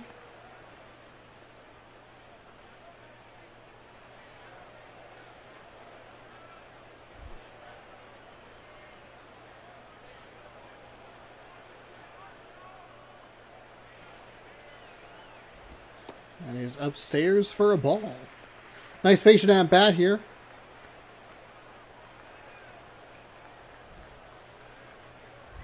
Two and one. Excellent opportunity for Cleveland maybe to try and put on an insurance run. That's actually just going to be rolled over to the shortstop position. Fired across the diamond to first, and that'll be out number 2.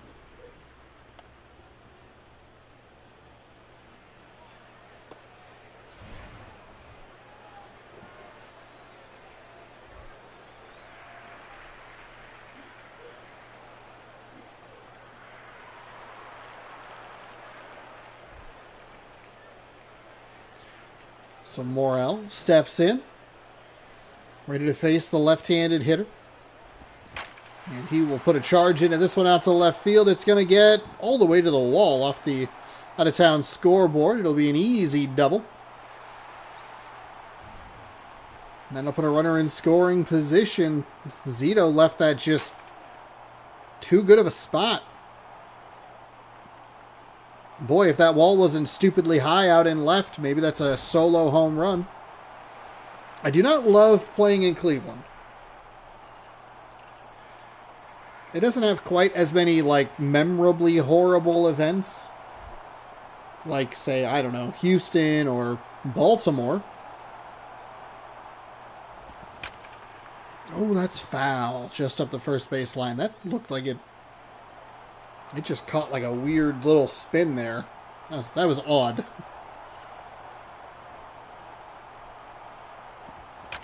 That'll be driven up the middle and an excellent opportunity to cash in. Nice job by Cleveland there to get an insurance run. Starting to see why this 30th ranked team is performing so well. They're coming up with timely hits. That looked like he just pushed the ball. Like he Neo-Matrixed it. Victor Martinez will step up. It's a nice 2-out double that they're immediately able to cash in with a single just right back up the middle. That's been the spot today. Right back up the middle.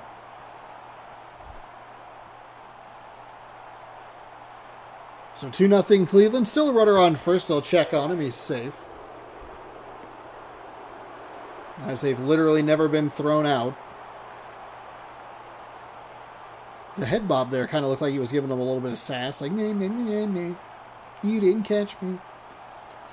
Here comes the 1-0. It's outside for a ball. 2-0.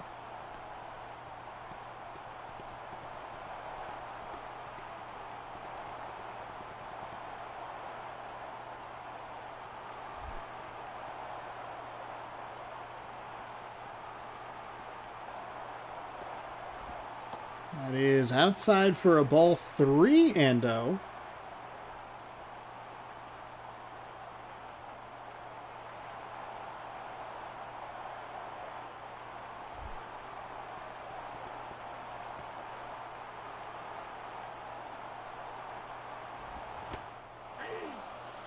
Really know why he went to swing at that. He's still working on that outside edge.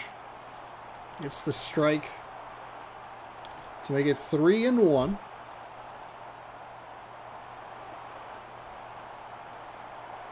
I'll check on the runner yet again. He is safe. They are always safe. And not even an exaggeration.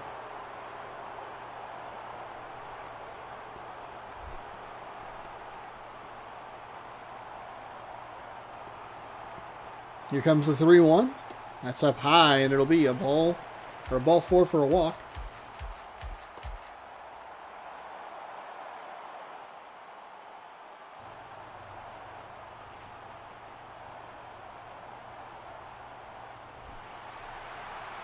Carlos Gonzalez is 1 for 1 with a single.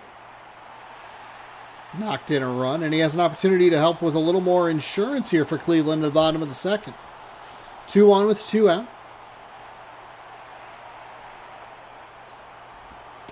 That is a nice location for a strike. Gets that inside edge. 0-1.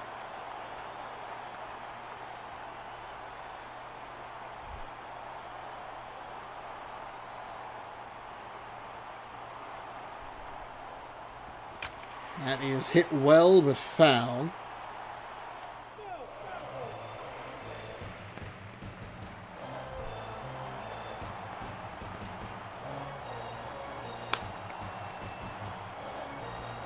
That is outside for a ball.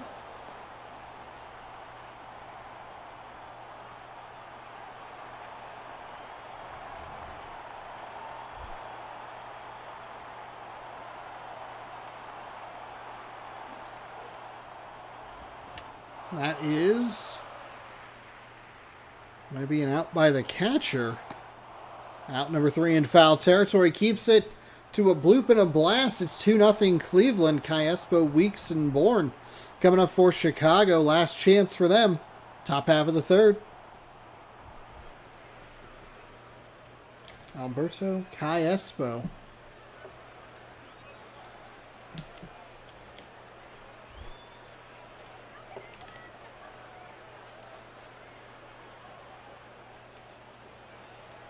Here's a pitch from the right-handed pitcher. It is outside for a ball.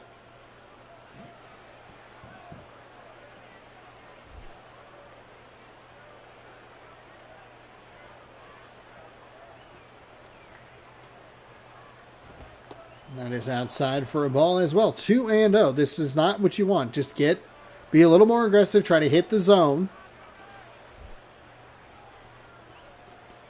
don't think you really want to mess around with this. Lines and fires, that's inside. 3-0. They're only down a bloop and a blast. You can't give them the bloop with a free pass to first.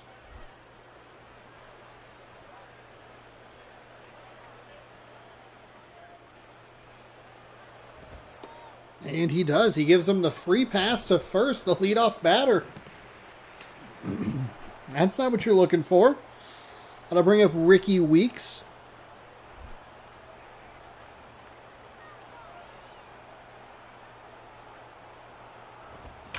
That'll be driven out towards right field. The stadium will hold it, though. It's a little nerve-wracking as the commentator when you're like, okay.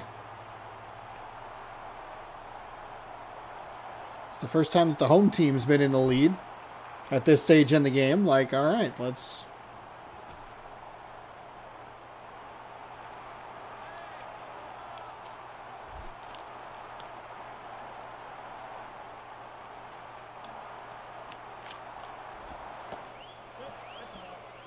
He's having a little trouble finding the zone here.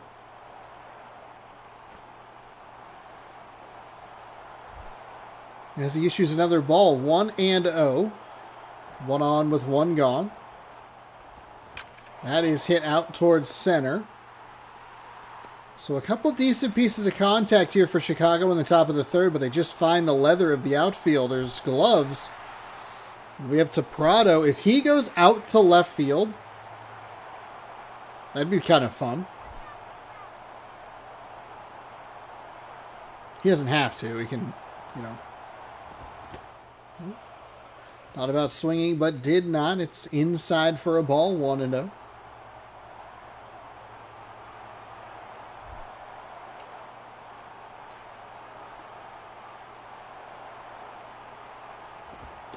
That's on the outside edge for a strike. 1-1.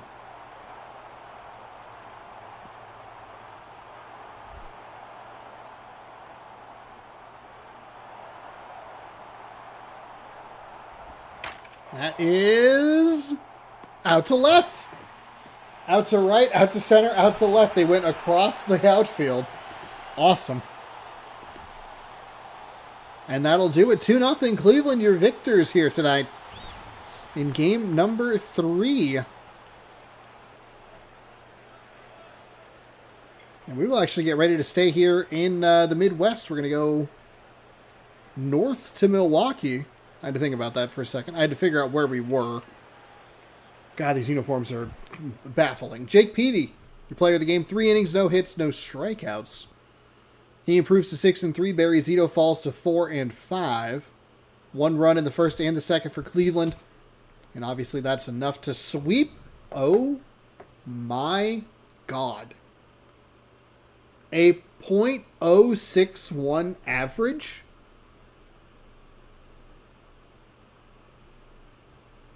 They had 2 hits?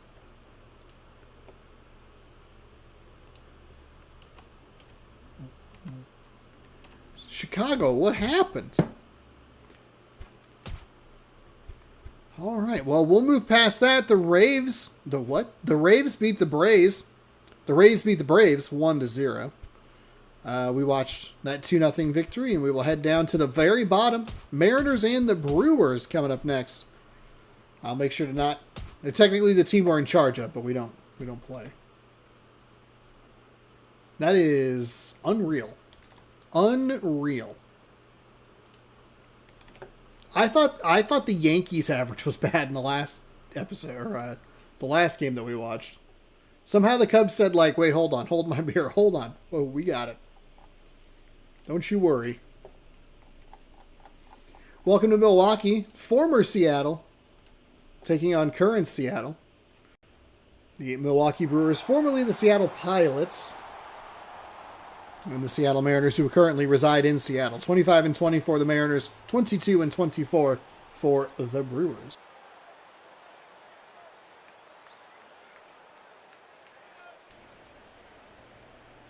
Playing in this stadium was a big deal in one of the triple play games that I played last year.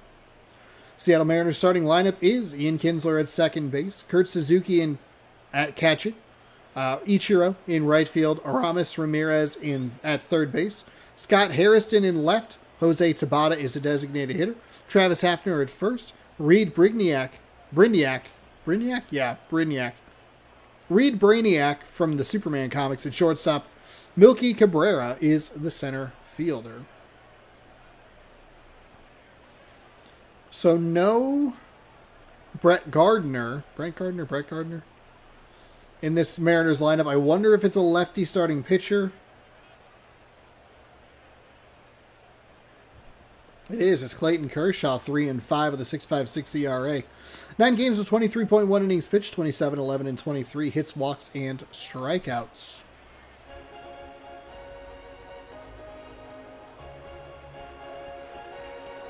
Milwaukee Brewers. There's your defensive lineup. Kinsler will lead things off with a couple of home runs, a 293 average, 11 RBIs. As we get ready to get started here in Milwaukee. Game 4 is underway, and they will start with a 1-0 count.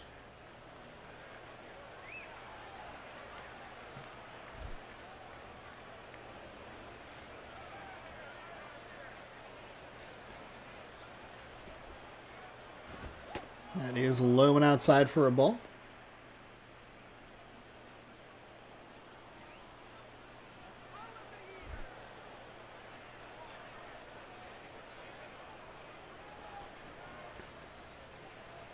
The lefty winds and fires. Kinsler fires that up the third baseline, but just sneaks foul.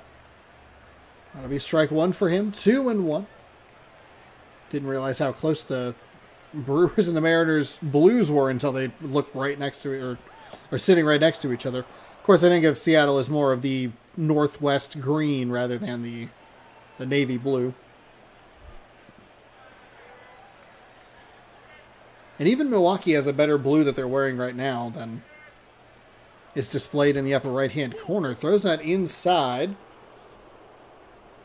That must have been ball 4. It was. It was a 3-1 count. Brushed him back a little bit, but puts Kinsler on. Kurt Suzuki. He has 3 home runs, 13 RBI.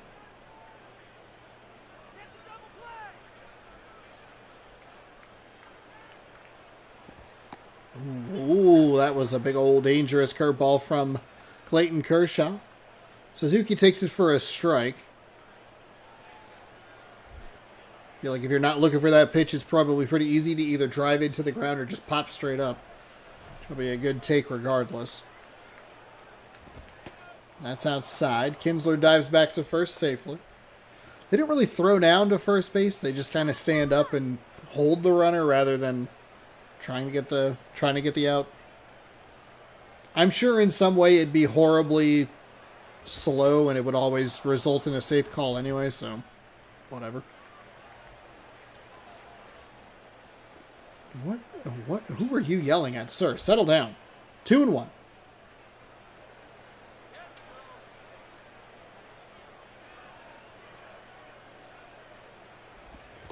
Swung on and missed.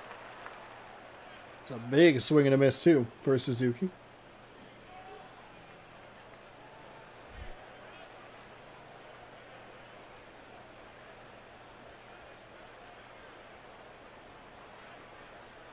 Here comes the 2-2. Swung on and missed, so Suzuki set down on strikes.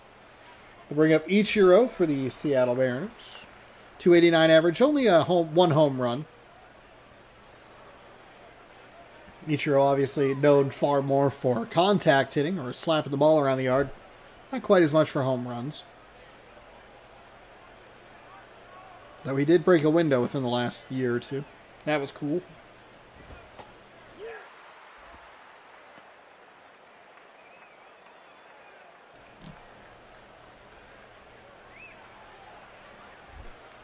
Oh and 1.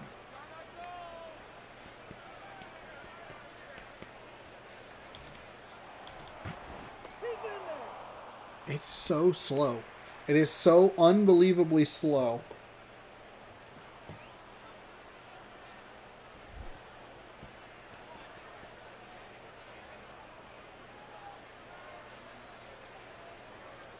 So here comes the 0-1, lefty to lefty. Ichiro takes a big swing at that and goes over the top of it. 0-2.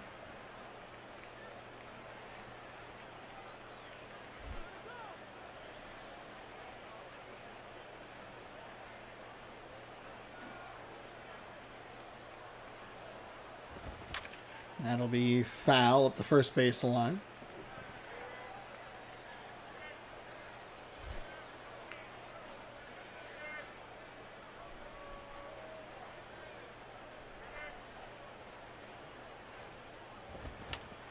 Oh, flutter that one up the first base line. Stays 0-2. Ichiro just trying to stay alive here in this at-bat.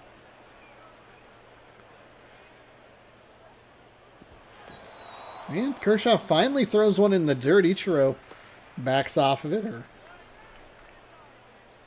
I don't know why he's upset that he didn't go to second. We get that animation a lot, that little cutscene of like, what am I, what I could have done. You probably weren't going to do anything, sir. It's 1-2. Here comes the pitch. Ichiro fires that back up the first base line yet again. And again, it's a foul ball.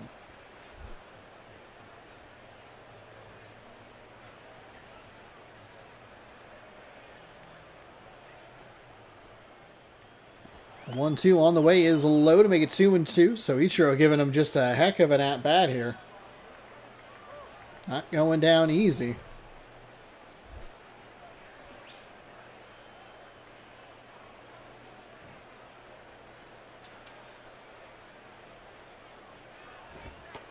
And it's low yet again. Kershaw is working every trick he can to try and get Ichiro out here, but it is just not working. It is 3-2 now. Here comes the payoff pitch. They'll probably send Kinsler.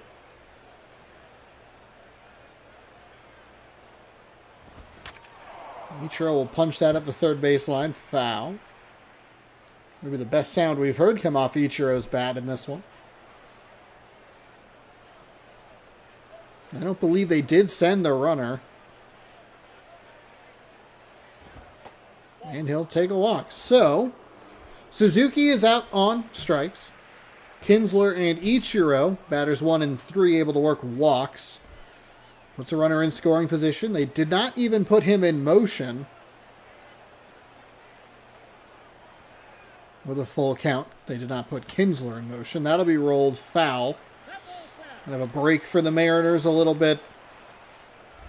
Honestly, kind of a break both ways. For the Mariners, it means that they still just have one out. For the Brewers, it keeps the double play in order. Otherwise, you're probably looking at 2 on in scoring position with 2 out. He thought about swinging. Did he go?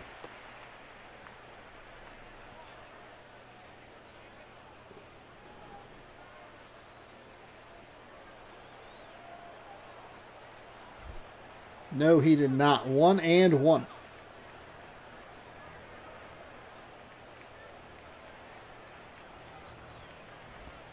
That is outside for a ball. So 2-1 now.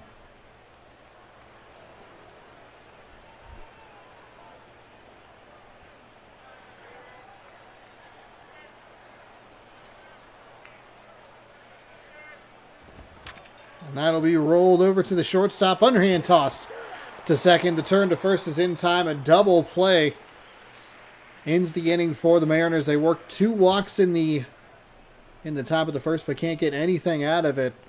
We'll head to the home half and introduce you to the Milwaukee Brewers lineup. Brian Roberts is the second baseman. He'll be leading off. Niger Morgan in center field. Jason Kubel in right. Luke Scott at first. Vernon Wells in left. Jack Cust is the designated hitter. David Freese is the third baseman. Ryan Hannigan at the catching position, and Angel Sanchez is the shortstop.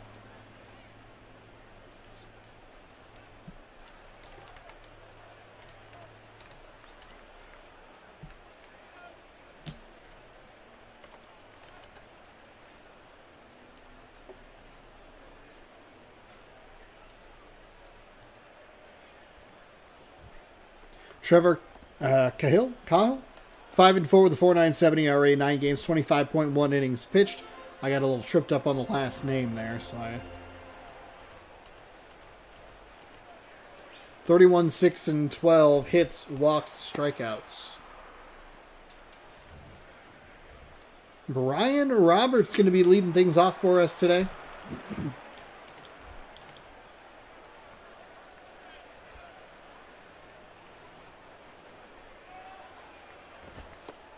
That is a strike at the knees. Maybe a bit of a generous call for the Mariners.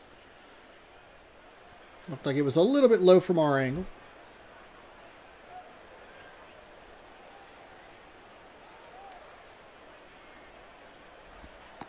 That is inside for a ball.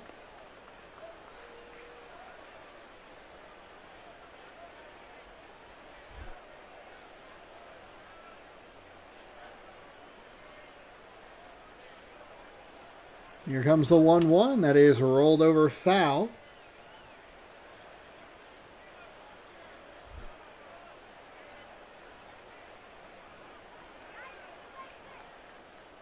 As the righty gets ready. Fires that one. Hit foul as well.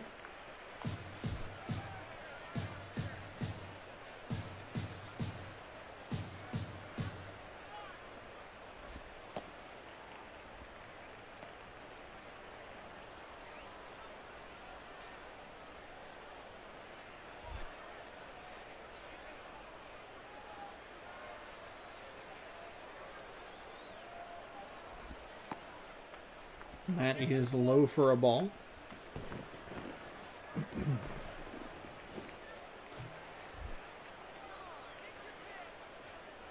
So here comes a payoff pitch from Kyle. That'll be a walk. So we've already seen in the first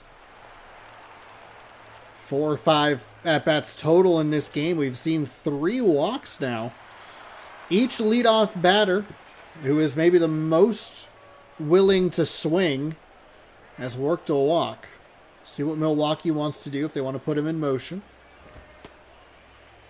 Seattle was surprisingly patient with Kinsler. I think the difference is instead of Gardner leading off for the Mariners, because it is a left-handed pitcher for the Brewers,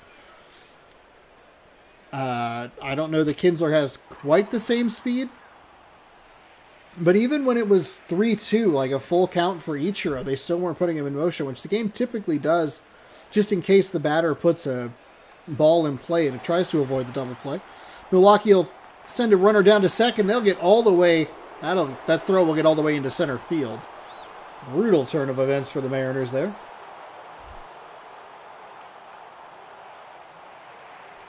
So here it is, 2-1, runner in scoring position. Thought about maybe a bunt there, but pulled it back.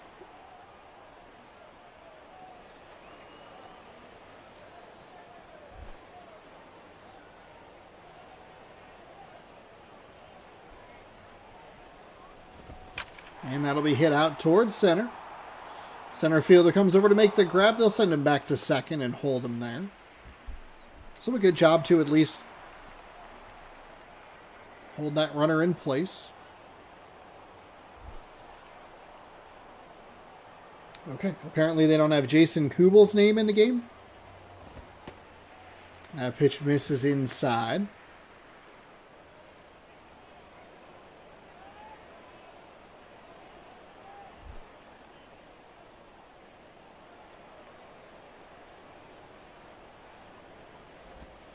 That is outside for a ball.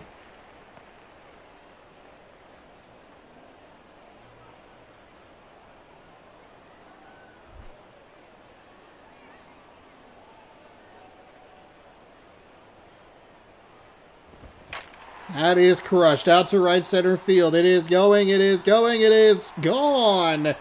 Just over the fence towards the kind of weird ivy. Feels like Chicago has that on lock, but it is a 2-0 lead for the Brewers. With just one gone here in the bottom of the first, Kubel got all of that one.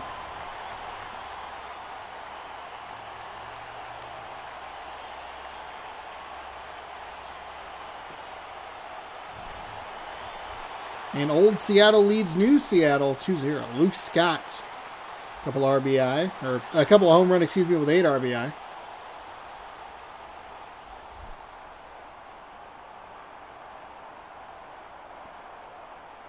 Let's see if Cahill can settle down here and pick up a couple outs. And then see what this Mariners offense can do. They were able to work a couple of walks, the Mariners were, but they just weren't able to send them home.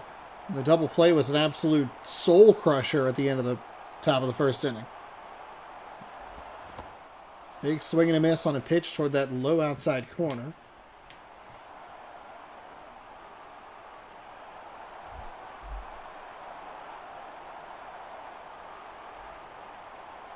Here comes the 0-2. That's outside for a ball.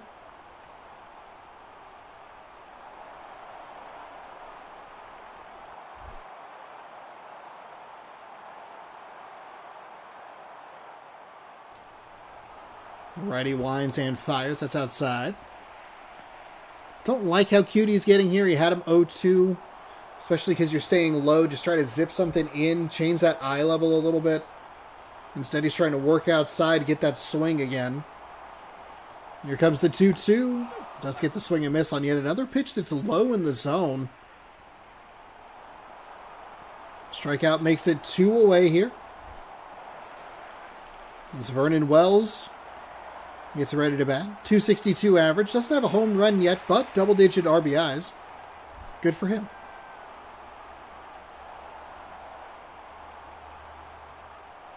Mariners pitcher shakes off the catcher and then misses the zone, so yikes. 1-0.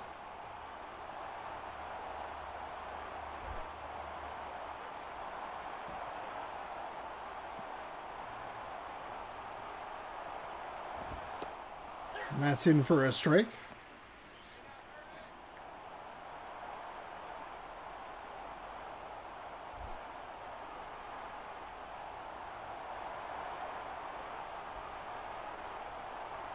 Here comes the 1-1. That is hit out towards center field. Center fielder scoops it up, and it'll be a 2-out single here for the Brewers. Seattle not able to get back-to-back outs here. They issued a walk. Then it was an out. Then it was a home run. Then it was an out. And it was a single. So, pattern maybe an out here, but I don't know. We'll see. It's Jack Cust, who plays for the Mariners at this time of his career. And he'll take a pitch for a ball.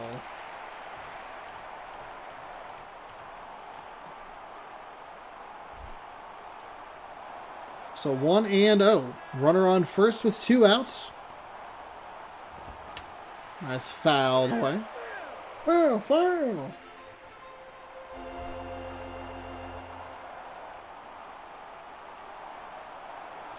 Check on the runner at first. He is safe. No duh.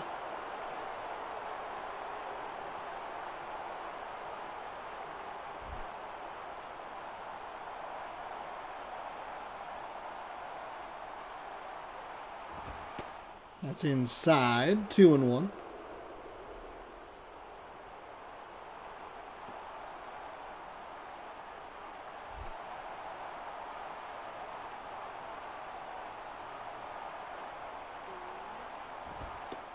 Two and one on the outside. Gets the strike call. 2-2.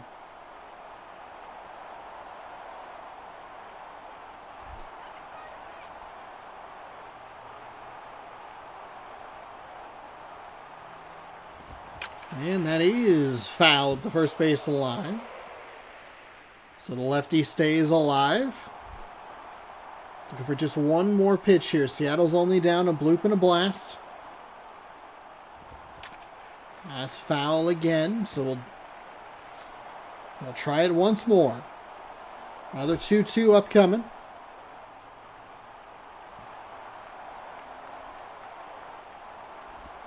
That is inside for a ball to fill the count. Yikes. He really doesn't seem to want to go, like, upstairs at all. He really likes the low part of the zone. If I'm a Milwaukee Brewers hitter, that's where I'm going to key in. And he's going to fire that outside for ball 4. So another walk issued here in the first inning. This one will put a runner in scoring position. There are 2 gone. Seattle does have a pretty poorly rated pitching staff. It's toward the bottom of the league. And the Brewers is much higher. I forget exactly where it is, but it's up there. 2 on with 2 out. That'll be hit out towards center field. The center fielder makes a running grab for out number 3. So the Mariners able to work through it. They give up 2 hits. A couple of walks doesn't help anything. 3 walks, I think, total. Hairston, Tabata, and Hafner coming up for the Mariners in the top half of the second.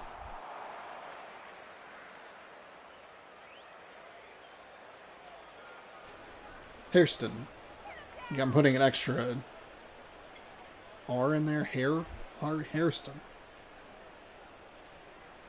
Harris? Yeah, maybe it's an extra I and whatever. I'm throwing extra letters in, but people are getting bonus letters. That's a strike on the inside. 0-1.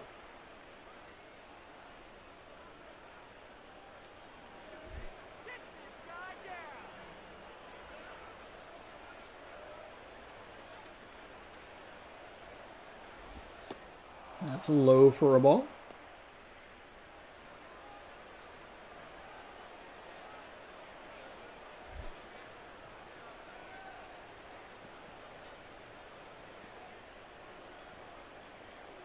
Here comes the lefty. Swung on and missed.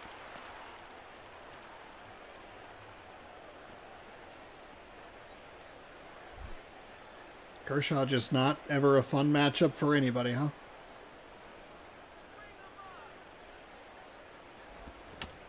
Fouled away.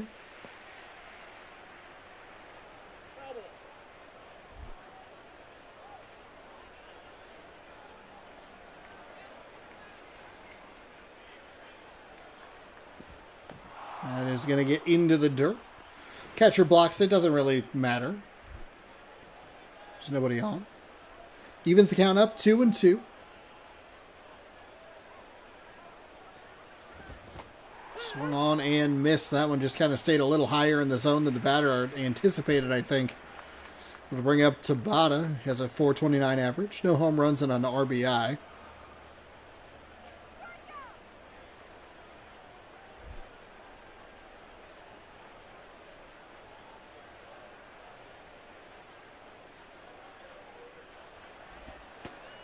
Oof. I mean, Kershaw even looks like he's just throwing pitches that are so bad they're good.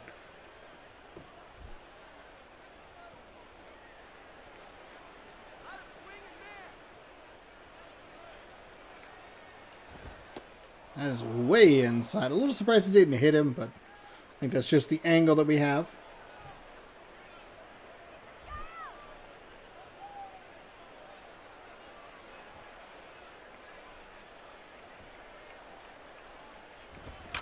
That is a nice hit out to left field. Gets past the diving third baseman.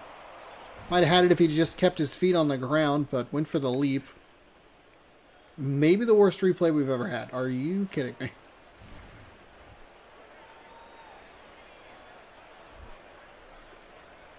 Travis Hafner. The lefty gonna face the lefty here.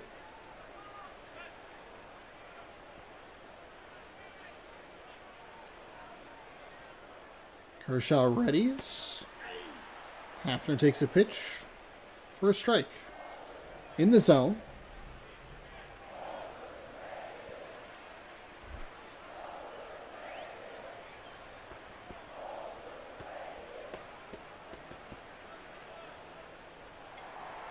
Runner is in motion. The throw down to second is not in time, so another successful stolen base. Seattle did throw one into center field, which wasn't great.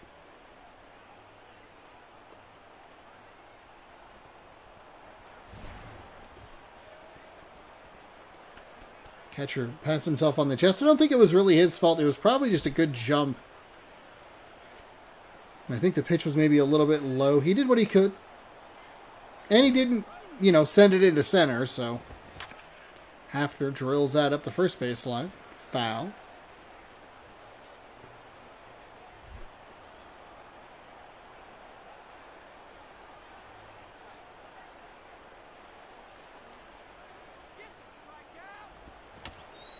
Fouled away.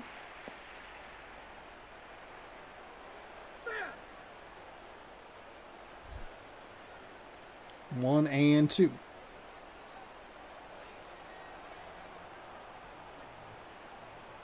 Here comes Kershaw. That is foul up the third baseline. Hafner just cannot get a good beat on this. He's been up the first base and the third baseline. Can't keep anything fair.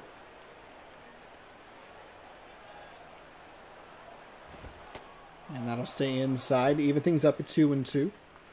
This was something that we saw with Ichiro. It's something Ichiro, Hafner, and I think there may be one other true lefty batter here. It took Kershaw a long time to get Ichiro out.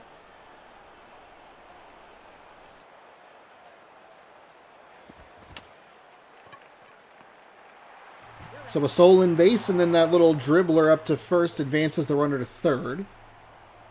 So Hafner has at least a productive out.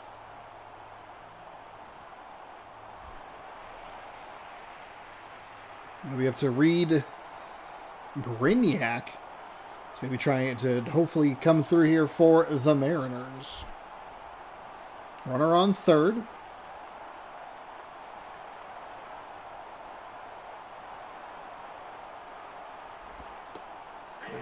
Jeez, Kershaw has been all over the strike zone, but he's getting the strikes. He's gotten ahead of every batter, I think, in this inning, 0-1. And I don't think the Mariners have swung at a single first pitch. That's fouled away. Quickly 0-2 here against Brignac. They can cut the lead in half if they can knock in this run from third. That's going to get away. The runner dives back. Smart call. Doesn't get nearly far enough away from the catcher.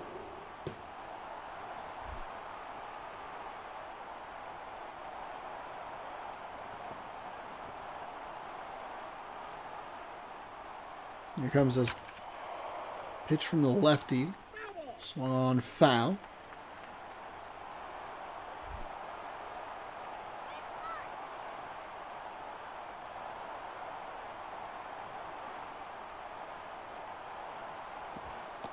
That is low for a ball.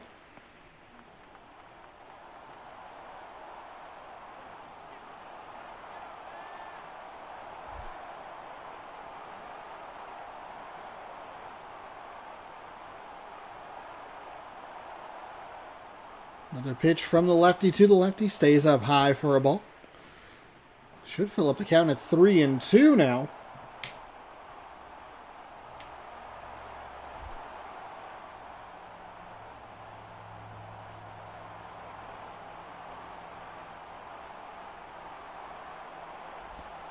And he'll work a walk. Okay.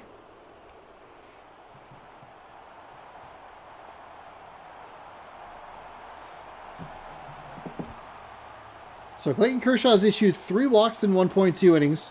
1 hit, no runs, no earned. 2 strikeouts, 47 pitches. They're actually going to go to the bullpen. Wow. They'll bring in a righty, Jose Veras. 2 games, no record. No saves. 5 innings pitched to no BRA. 5 strikeouts, no walks. Interesting. Melky Cabrera, the switch hitter, coming up. He would be the go-ahead run.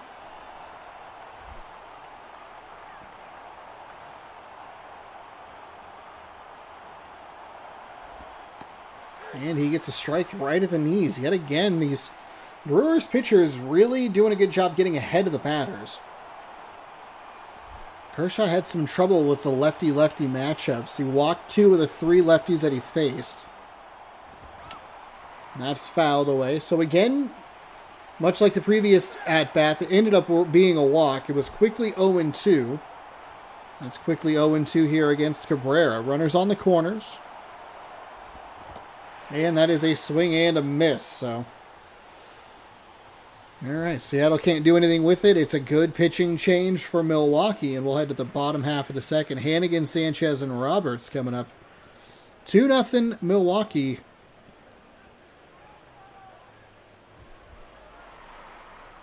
Be Ryan Hannigan next. 196 average, a home run, 7 RBI.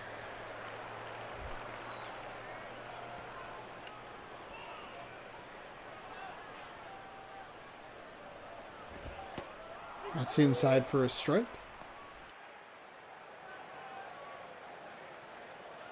Not that might be ball one, but it is strike one in that high inside corner.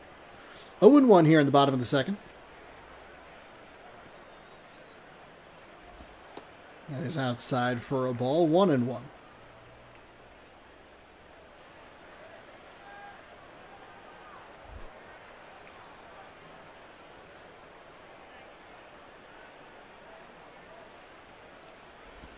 Righty fires that low but inside.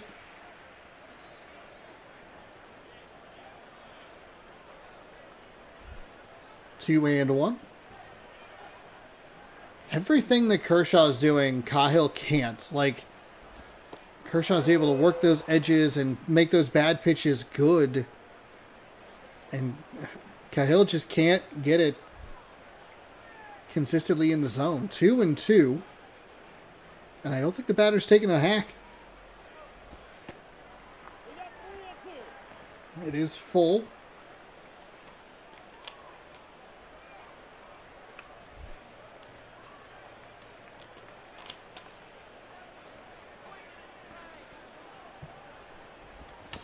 And that is a pitch swung on foul.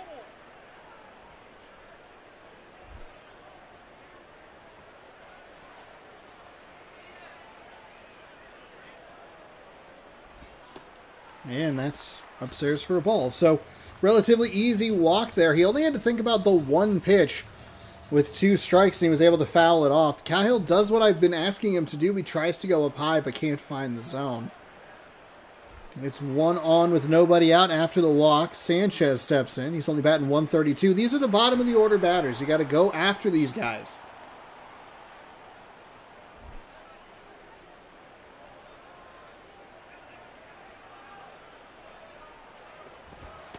That's outside for a ball. I've had the game audio a little low, and I apologize. I forgot I streamed XCOM on Friday. Oh, that means that the games on Friday would have been quiet as well. Not bad. That's okay. I haven't had to change the audio around as much as I used to. Felt like every game I was like taking notes on where the decibel stuff needed to be. That's a ball.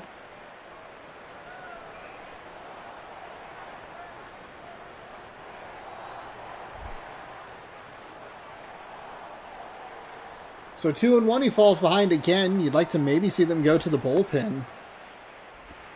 You just cannot get these edges.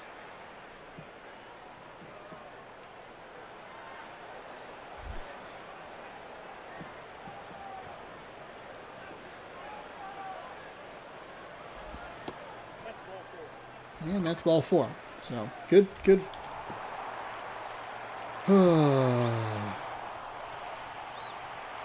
And I'm gonna guess that it's just not even a competitive pitch. Nope.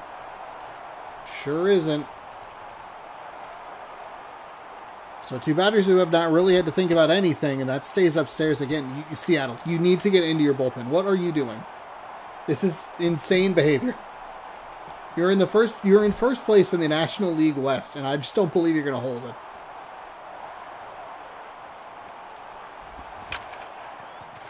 That's a nice sliding stop to second for 1, around to first for 2. It's a big double play. There's still a runner on third, but they can at least mitigate the damage here. It's nice sliding stop. That's 1 bad miss away from being at least a run.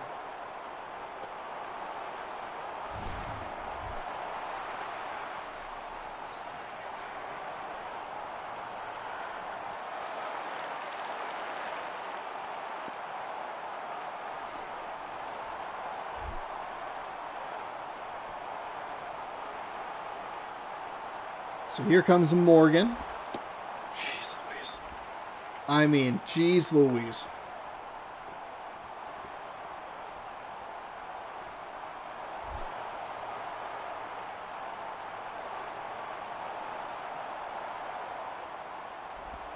That is in for a strike at the knees.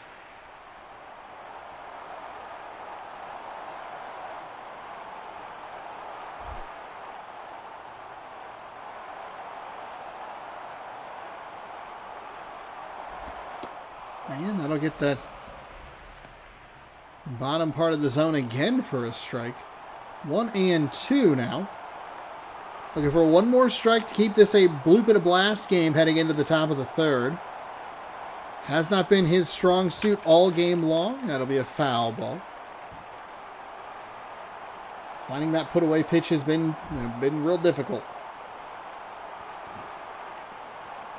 Here comes another 1-2. Let's not get the call at the bottom of the zone there.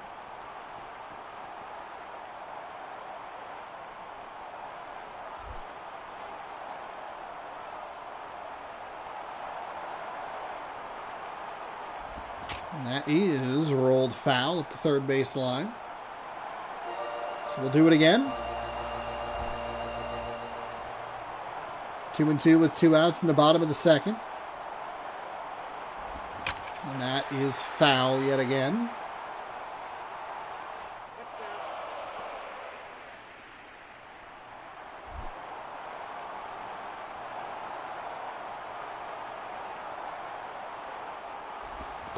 That is swung on and missed, so finally able to break the batter down and get out number 3. Huge double play as Milwaukee still only has 2 hits. Kinsler, Suzuki, and Ichiro coming up. It's the top of the lineup. Kinsler and Ichiro both worked walks. Suzuki struck out in the first. It's a different pitcher this time. It's a right-handed pitcher that they'll be facing off against. Kinsler takes a swing at that and drives it foul.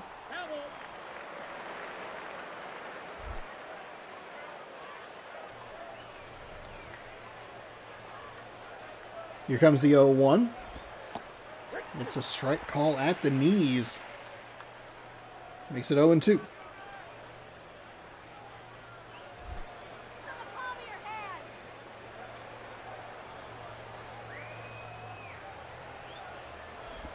That is even lower. Good discipline by Kinsler to let that one go by. Makes it 1-2.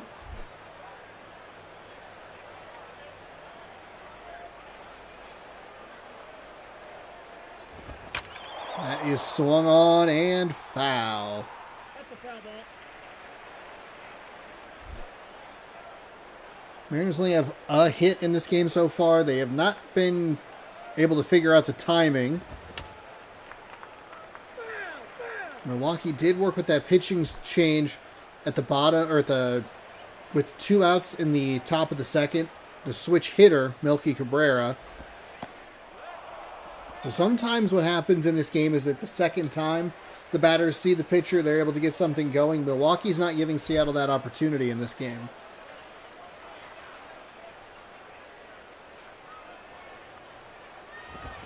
Swung on and missed.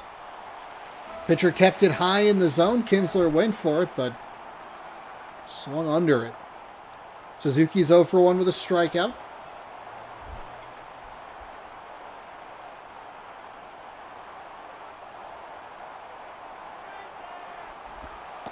That is low for a ball.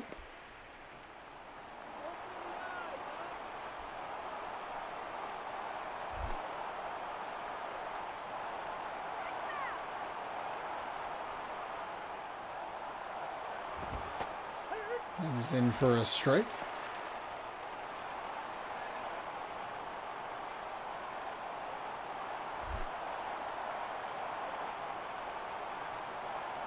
Here comes the 1-1. That is in for a strike, boy. The Brewers pitching has just been able to find those edges and hit those zones with consistency that we have not seen from Seattle And the Seattle batters just cannot... They're not getting a lot of good pitches to even hit. And even the pitches that they're able to get contact on, they're all out of whack timing-wise. 2-2. Here comes the pitch. It is a ball. I thought that was going to be strike number 3, but Suzuki maybe catches a little bit of break. Also might have been a little bit lower than I realized it was going to be. It's 3-2 with one gone. That one stays high and outside. So far the results flipped here. Kinsler struck out. Suzuki worked the walk. Whereas previously Kinsler worked the walk and Suzuki struck out. See what Ichiro can do here.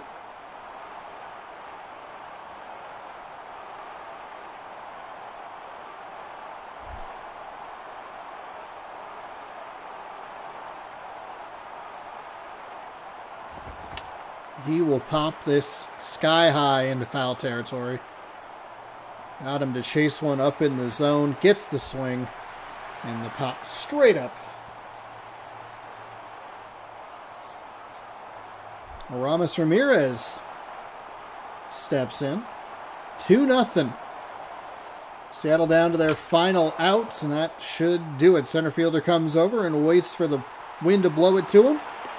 That'll be out number 3. Seattle really did not have an answer for this pitching, and the pitching didn't have an answer for the Brewers hitting. So kind of a worst-case scenario for the Mariners. They lose 2 out of 3 in this one, I believe. They won 5-0 yesterday somehow, or in the last games that were played.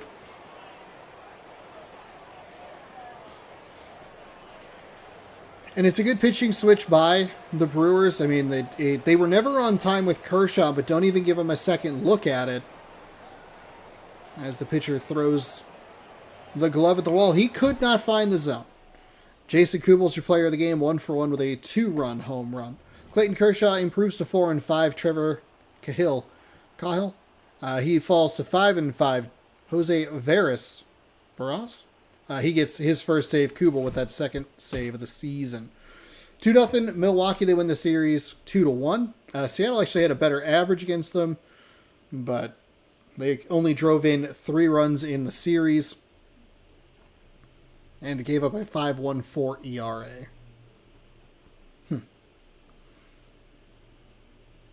And that'll do it. Let's catch up on some scores and we'll get out of here. Thankfully, the game was nice and kind. It gave us kind of a easy day. Seattle will face off against the Arizona Diamondbacks at home. But we will look at everything was 3-0, 2-0, 3-0, 2-0. Cool. Let's clip through today's games real quick. We left off with that Cubs game. Nationals over the Blue Jays 2-1. Angels over the Phillies 3-0.